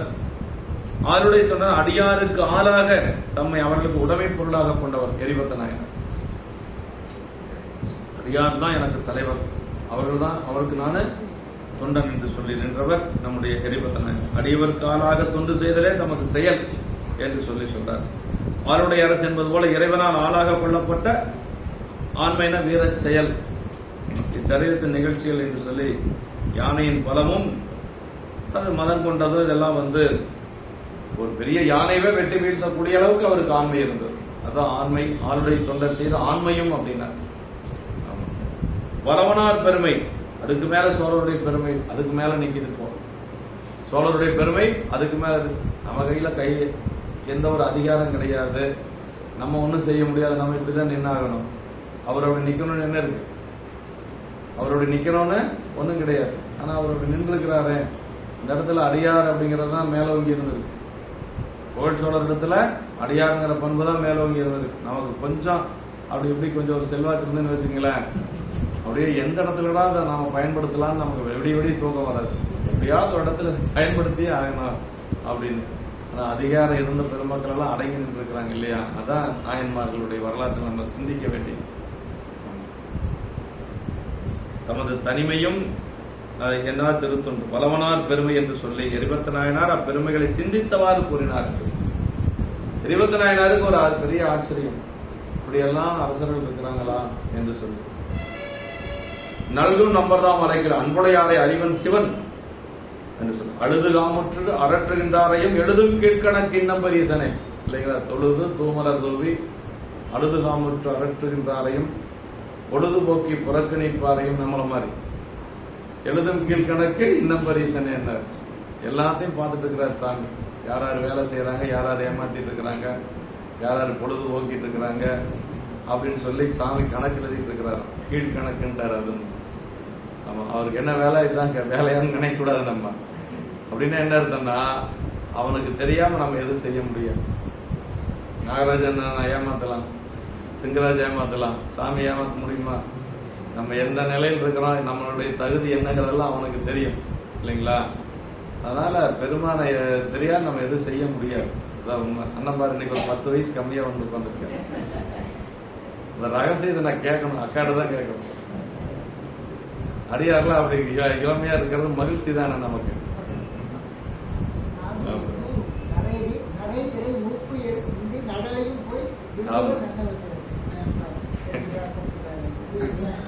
அதான் சொல்றது. நாளும் அப்படின்னா நம்பர்தாம் நல்கும் நம்பர்தாம் அலக்கியல் என்று அன்புடையாரே அறிவன் சிவன். எல்லாத்துக்கும் சாமிக்கு தெரியும் நம்ம எல்லாம் எந்த நிலையில் இருக்கிறோம் அப்படிங்கிறது சாமிக்கு தெரியும். அதனால நம்ம செய்யக்கூடிய தொண்டு எங்களுக்கு தெரியணும்னு நினைக்கவே தேவையில்லை. எல்லாத்துக்கும் மேல அவனுக்கு தெரியும். சொல்லக்கூடாது, முகமன் சொல்லக்கூடாது. திருமூர்த்தியே எந்த தொண்டு செஞ்சாலும் யாருக்கும் சொல்ல மாட்டார். அடியேந்தே சொன்னதில்லை அவர். நான் வேற அண்ணன் மூலமா தான் தெரிஞ்சுக்குவேன் என்னென்ன செய்யறாரு. அவர் யாருக்கும் சொல்ல மாட்டார். எந்தெந்த தொண்டு செய்யறாரு அப்படிங்கிறது யாருக்கும் தெரியாது. அதுதான் தொண்டு செய்யறதுக்கு அழகு. யார் அளக்க வல்லார் வினா ஒருவரும் இலர் அப்படிங்கிறது தான் குறிப்பு. மேற்பாட்டில் சரீரத்தை நிறைவு செய்த ஆசிரியர் சரீரத்தில் போன்ற தொண்டின் நினைப்பறிய பெருமைகளை சிந்தித்துக் கொண்டு அதில் தாம் பெற்ற அற்புத உணர்ச்சி இதனை கற்போருக்கும் அழகு வர ஊட்டுகின்றார் என்று சொல்லி இச்சரீரத்தால் ஆசிரியர் கற்பித்த கற்பனையா இதன் அருமை பெருமைகளை உணர்த்தி நின்றது. பாட்டோடவே சரீரம் முடிஞ்சிருச்சு. சிவன் தலைவர் மேல போயிட்டாரு. அதுக்கு பின்னாடி ஒரு பாடல் சொல்லணும்னு சேக்கிழார் பெருமானுக்கு ஆசை. இவங்க 2 பேர்த்தையும் பொதுவா சொல்லணும் அப்படின்ட்டு அந்த அடியாருடைய பெருமைகளை மீண்டும் ஒரு முறை சொல்லணும் அப்படின்ட்டு இந்த பாட்டு சொல்றாரு. அடுத்து தோற்றுவை செய்யறப்ப தேனாரும் தன் பூங்கொன்றை செஞ்சடையவர் பொற்றாலில் ஆனாத காதல் என்பர் எரிபத்தர் அடிகள் சூடி வானாலும் தேவர் போற்றும் மன்றுளார் நீரு போற்றும் ஏனாதி நாதர் செய்த திரு தொழில் இயம்பலுற்றேன். அதுக்கு மேல இந்த சரிதம். ஏனாத நாயனார் தன்னுடைய உயிரே போகின்ற நிலையில கூட அப்படியே அவர் நின்று அந்த திருநீற்றை வணங்கி நின்ற நிலை இருக்கு பாருங்க. ஒரு சின்ன தப்பு நமக்கு யாராவது ஒரு சின்ன இடையூறு செஞ்சுட்டா நம்மளால தாங்க முடியாது. உயிர் போகுது அவரால. ஆனாலும் கூட அவருக்கு ஒரு உயிர் போனதுக்கு பிறகு அவருக்கு கெட்ட பேர் வந்துடக்கூடாதுன்னு சொல்லி அந்த வாழை கீழே போடணும்னு நினைச்சாராம். கீழே போட்டா அவருக்கு நிராயுதமானியை கொண்டாருங்கிற பழி வந்துடும் சொல்லி சண்டை போடுற மாதிரி பாசாங்க செஞ்சாராம். அந்நின்ற தொண்டர் திரு உள்ளம் யார் அறிவார் முன்னின்ற பாதகனும் தன்கருத்தே முற்றுவித்தான் அப்படின்னு. அந்நின்ற தொண்டர் திருவுள்ளம் யார் அறிவார். ஏனாதி நாயனார் மாதிரி யார் இருக்க முடியும்? சரி, வாழை வேணா கீழே போட்டலாம் இல்லையா? வாழை நான் சண்டை போடல, சரி திருநீர் வச்சவன் ஒரு அடியாரு, அவனை எதிர்த்து நான் சண்டை போட மாட்டேன். வாழை கீழே போடுறது சாதாரணமா அடியார்கள், நம்மெல்லாம் அடியார்கள் இருக்கக்கூடிய ஒரு பண்பு. அது எல்லாரும் செய்யலாம். வாழை கீழே போட்டா நிராயுதபாணியை கொண்டாரு கெட்ட பேர் அவருக்கு வந்துடக்கூடாதான். இவரை கொன்னவனுக்கு கெட்ட பேர் வந்துடக்கூடாதான். திருநீர் பூசிருக்கிறான், அடியாறுல திருநீர் பூசிருக்கிறான். திருநீர் பூசணுக்கு அந்த கெட்ட பேர் வந்துடக்கூடாதான். வாழை கீழே போடல. அப்படி சண்டை போடுற மாதிரி அப்படி பாசாங்க செஞ்சுட்டு இருந்தாங்க. அதான் சொல்றேன், அந்நின்ற தொண்டர் திருவுள்ளம் யார் அறிவார் முன்னின்ற பாதகனும் தன் கருத்தை முற்றுவித்தான் அப்படின்னு. முன்பு இவர் மீது காணாத வெண்ணீட்டின் பொழிவு மேற்கொண்டேன் வேறு இனியன் இவர் கொள்கை குறிவழி நிற்பேன் அப்படின்னாரு. வந்தது முத்தநாதன், அதை ஏனாதிநாதன் தெரிஞ்சுட்டாரு. இந்த மன்னிக்கணும், அதிசூரன் தெரிஞ்சுட்டாரு. அதிசூரன் இவரை கொள்றதுக்கு தானே வந்திருக்கிறான். ஆனா அது தெரிஞ்சும் கூட திருநீர் பூசணும்னு நான் இப்ப எல்லாம் மனசுல நினைச்சிருந்தேன். நினைச்சதே முதல்ல தவறு என்று சொல்லி வந்து நின்னாரா ஏனாதிநாதன். அதான் பெரியவரானோ. அப்படி தேனிறைந்த குளிர்ந்த அழகிய கொன்றை மலரை அணிந்த சிவந்த சடையுடைய சிவபெருமானுடைய பொன்னடிகளிலே குறையாத ஆசையுடைய அன்பராக 24 திருவடிகளை தலைமீது தரித்து எப்பொழுதும் ஒரு சரீரம் முடிச்சு அடுத்த சரீரத்துக்கு போற பொழுது அந்த நாயனாருடைய திருவடியை வணங்கிட்டு அப்புறமா போவார் சேக்கிழார் பெருமான். அப்படி அந்த திருவடிகளை தலைமீது தரித்து வானுலகம் காவல் கொண்ட தேவர்கள் போற்றுகின்ற அம்பலமானது திருநீற்றனை போற்றும் வாழ்வுடைய ஏனாதிநாத நாயனார் செய்த திருத்தொழிலை சொல்ல புகுகின்றேன் என்று சொல்லி அடுத்த இதுக்கு போறாருங்க.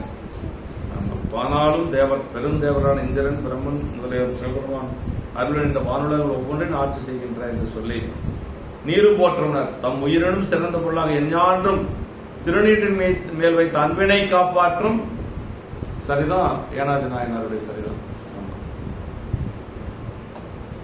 சரி, மற்றதெல்லாம் இந்த அளவுக்கு நம்ம நிறைவு செஞ்சுக்கலாம். அடியார்களின் அன்பு அளவிடப்படாதது. அம்பலம் நிறைந்தா தொண்டர் அறிவதற்கு அறியார் இல்லைங்களா? அப்ப இந்த சரீரத்தில் நமக்கு என்ன அடியாருடைய அன்பு இருக்குது பாருங்க, அதை அளவு செய்து நாம சொல்ல முடியாது என்று சொல்லி நமக்கு இந்த சரீரத்தில் சொல்லப்பட்டிருக்கு. சிவப்பணியை விட அடியார் பணி ரொம்ப ரொம்ப உயர்ந்தது என்று சொல்லி இதில் நம்ம தெரிஞ்சிக்கக்கூடியது. அன்பர்கள் மனத்தில் அவருக்கு ஊறு செய்வதாக ஒரு எண்ணம் உண்டாக்க தக்க செய்கை ஒருவர் செய்தல் என்று சொல்லி அடியார் பெருமக்களை அவர் கரும் நம்பர்தாமே அலட்சியம்ன்றார் என்று வேறு யாரும் அளந்து சொல்ல முடியாது என்று சொல்லி போற்றுகின்றார். இந்த அளவு நம்ம எரிபத்த நாயனாருடைய திருவடிகளை வணங்கி குன்றத்தூர் கோமல தெய்வ சேக்கட பெருமான் திருவடியை வணங்கி இந்த சரித்தை நிறைவு செய்து அடுத்தது ஏனாதி நாயனார் சரிதம். அது ஒரு 2-3 வாரம் வரும். அதற்கு பிறகு எம்பெருமான் கண்ணப்ப நாயனார் சரிதம் காலத்தி, அது கிட்டத்தட்ட 6 மாசம் ஆகும். 180 பாட்டுக்கு மேல இருக்கு இல்லைங்களா? பரமாச்சாரியார் சரிதத்துக்கு அடுத்தது அதிகமான பாடல்களை கொண்ட சரிதான் கண்ணப்ப நாயனார் சரிதம். ஞானசம்பந்த பெருமான் 1256 பாட்டு, நாவுக்கரசு பெருமானுடைய சரிதம் 429 பாட்டு, சுந்தரமூர்த்தி சாமியுடைய சரிதம் 4-5 சரிதத்தில் வருது. அதெல்லாம் சேர்ந்தே கூட ஒரு 800 பாட்டு வரும். 750-800 பாட்டு வரும். திருமலை சிறப்பு, கருத்தாட்கொண்ட புராணம், ஏர்வன் அளிக்காம நாயனர் புராணம், அப்புறம் இது களரிட்டெழுவார் புராணம், வேளாணை சிறப்பு, 5 சரிதத்தில் வரக்கூடிய சுந்தரனுடைய வரலாறு. அதற்கு அடுத்தது 175 பாட்டு அது சேரமான் பெருமான் நாயனார் சிறு களரிட்டெழுவார். 187 பாட்டு நினைக்கிறேன் கணப்ப நாயனருடைய சரிதம்.